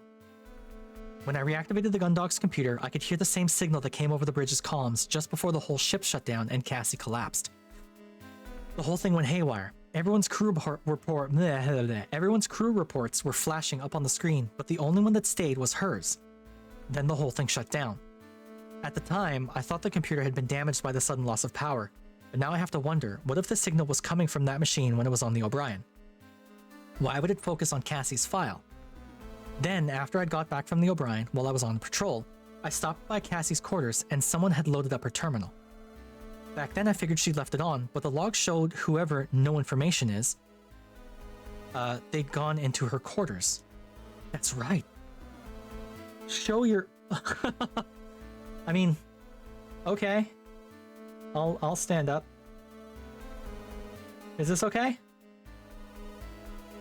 This is actually a good place for me in this game, because the whole game's happening here. This is just like extra stuff. That's kind of funny. I'll just stand up on the arm of this chair. You can see my stompers. Get my stompers out. They didn't enter anyone else's. Why her? She blacked out when she heard that signal too. She was the only crew member who seemed to be affected by it. It's her. Things keep happening to her. After Quinn, huh? I can't explain what you've seen, Lieutenant. The central computer shouldn't display any files on a fresh boot.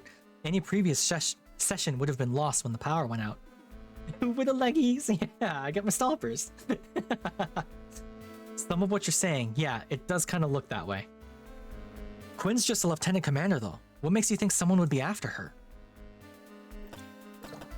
Well... I think there's something special about her. the fact that she responded to that signal, I think there's something weird about her.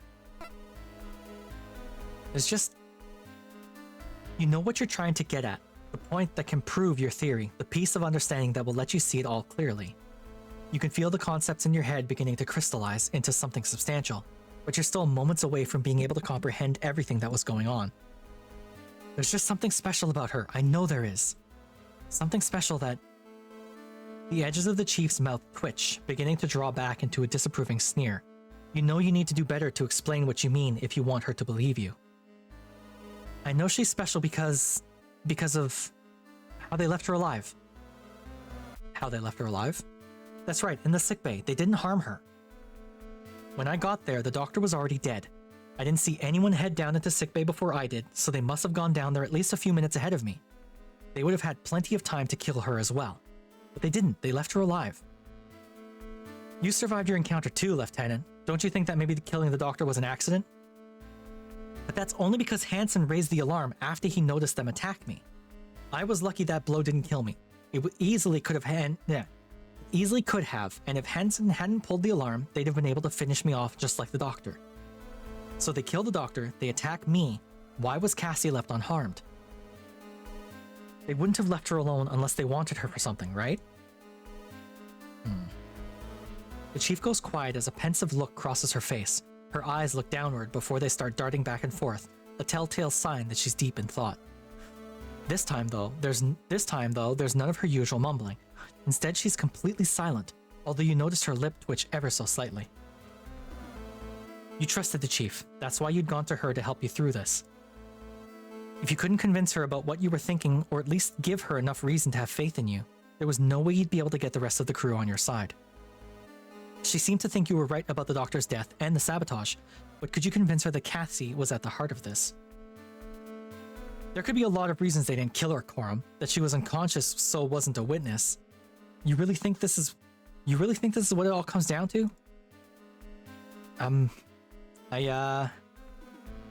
Yes, I am. How can you be sure? You don't think this is just a big coincidence or something? How's it all tied together? I don't think so, Chief. After all...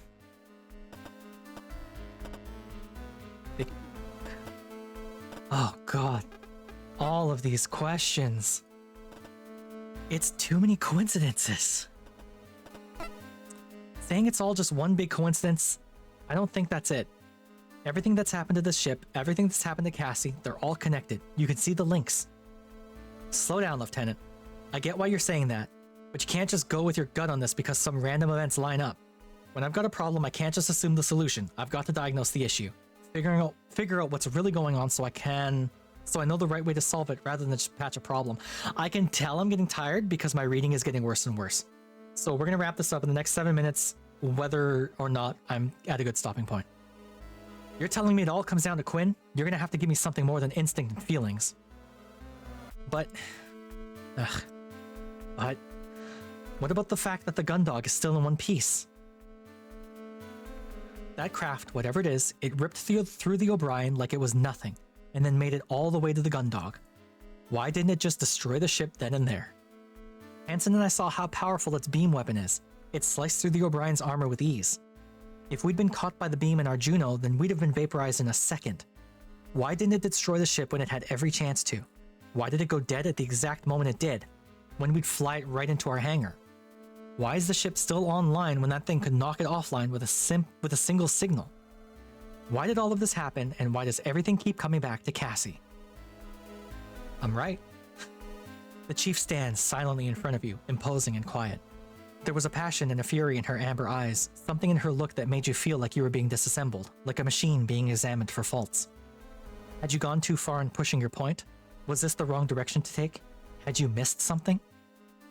I get it, Chief. I know it all sounds nuts, but with everything I've seen, it's really...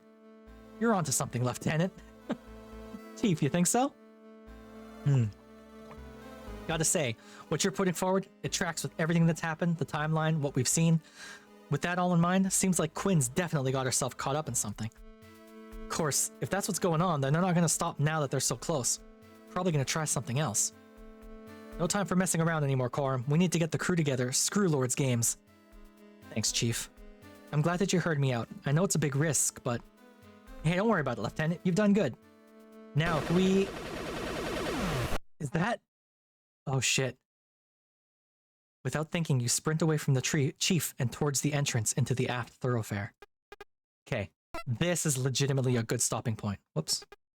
Well. Some shit is about to go down. We are going to stop it here. So. The music stopped too. Sorry, Desty. It's a cliffhanger. Bum, bum, bum. I am going to try and get as much work as humanly done on the boat this weekend so that I don't have to skip any streams next week. Because I was going to take a 2-week break. Well, you're all going to have to come back. I don't know. I do know when my next stream is going to be. It's going to be tomorrow. We're going to be playing some Vintage Story with me, Aza, and June. I'm sorry, little Miss Yuri. Yeah, I've got stuff to do on the boat. So I need to take some time doing that. But... yeah. Yeah. Man, what a good game this is. Seriously.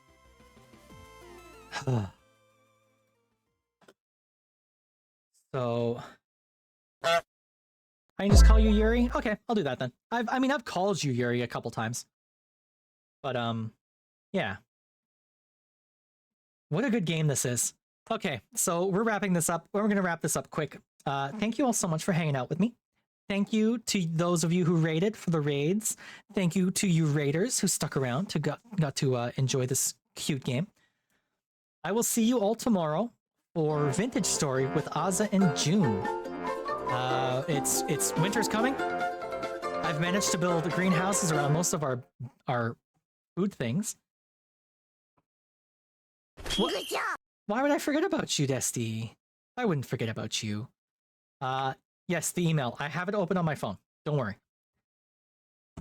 So yeah, that's it. Let's find someone to raid to, yeah? Who are we gonna raid to? Who's live? Huh.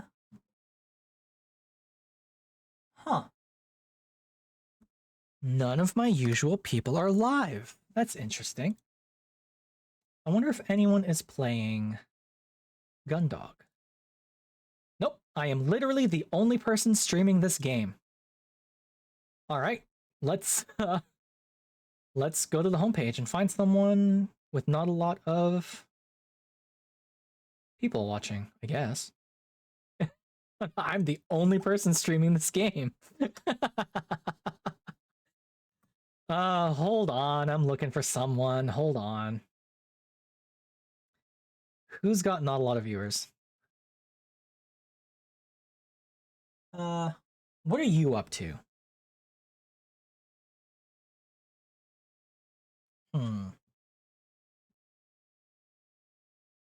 Oh, here we go. I know who we can raid.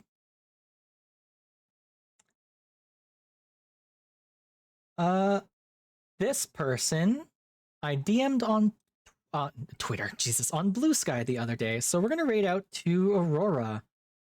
Tell them I said hi. Tell them I sent you. And if I don't see you tomorrow, I hope you have a good night. Thanks so much once again for hanging out. See you later.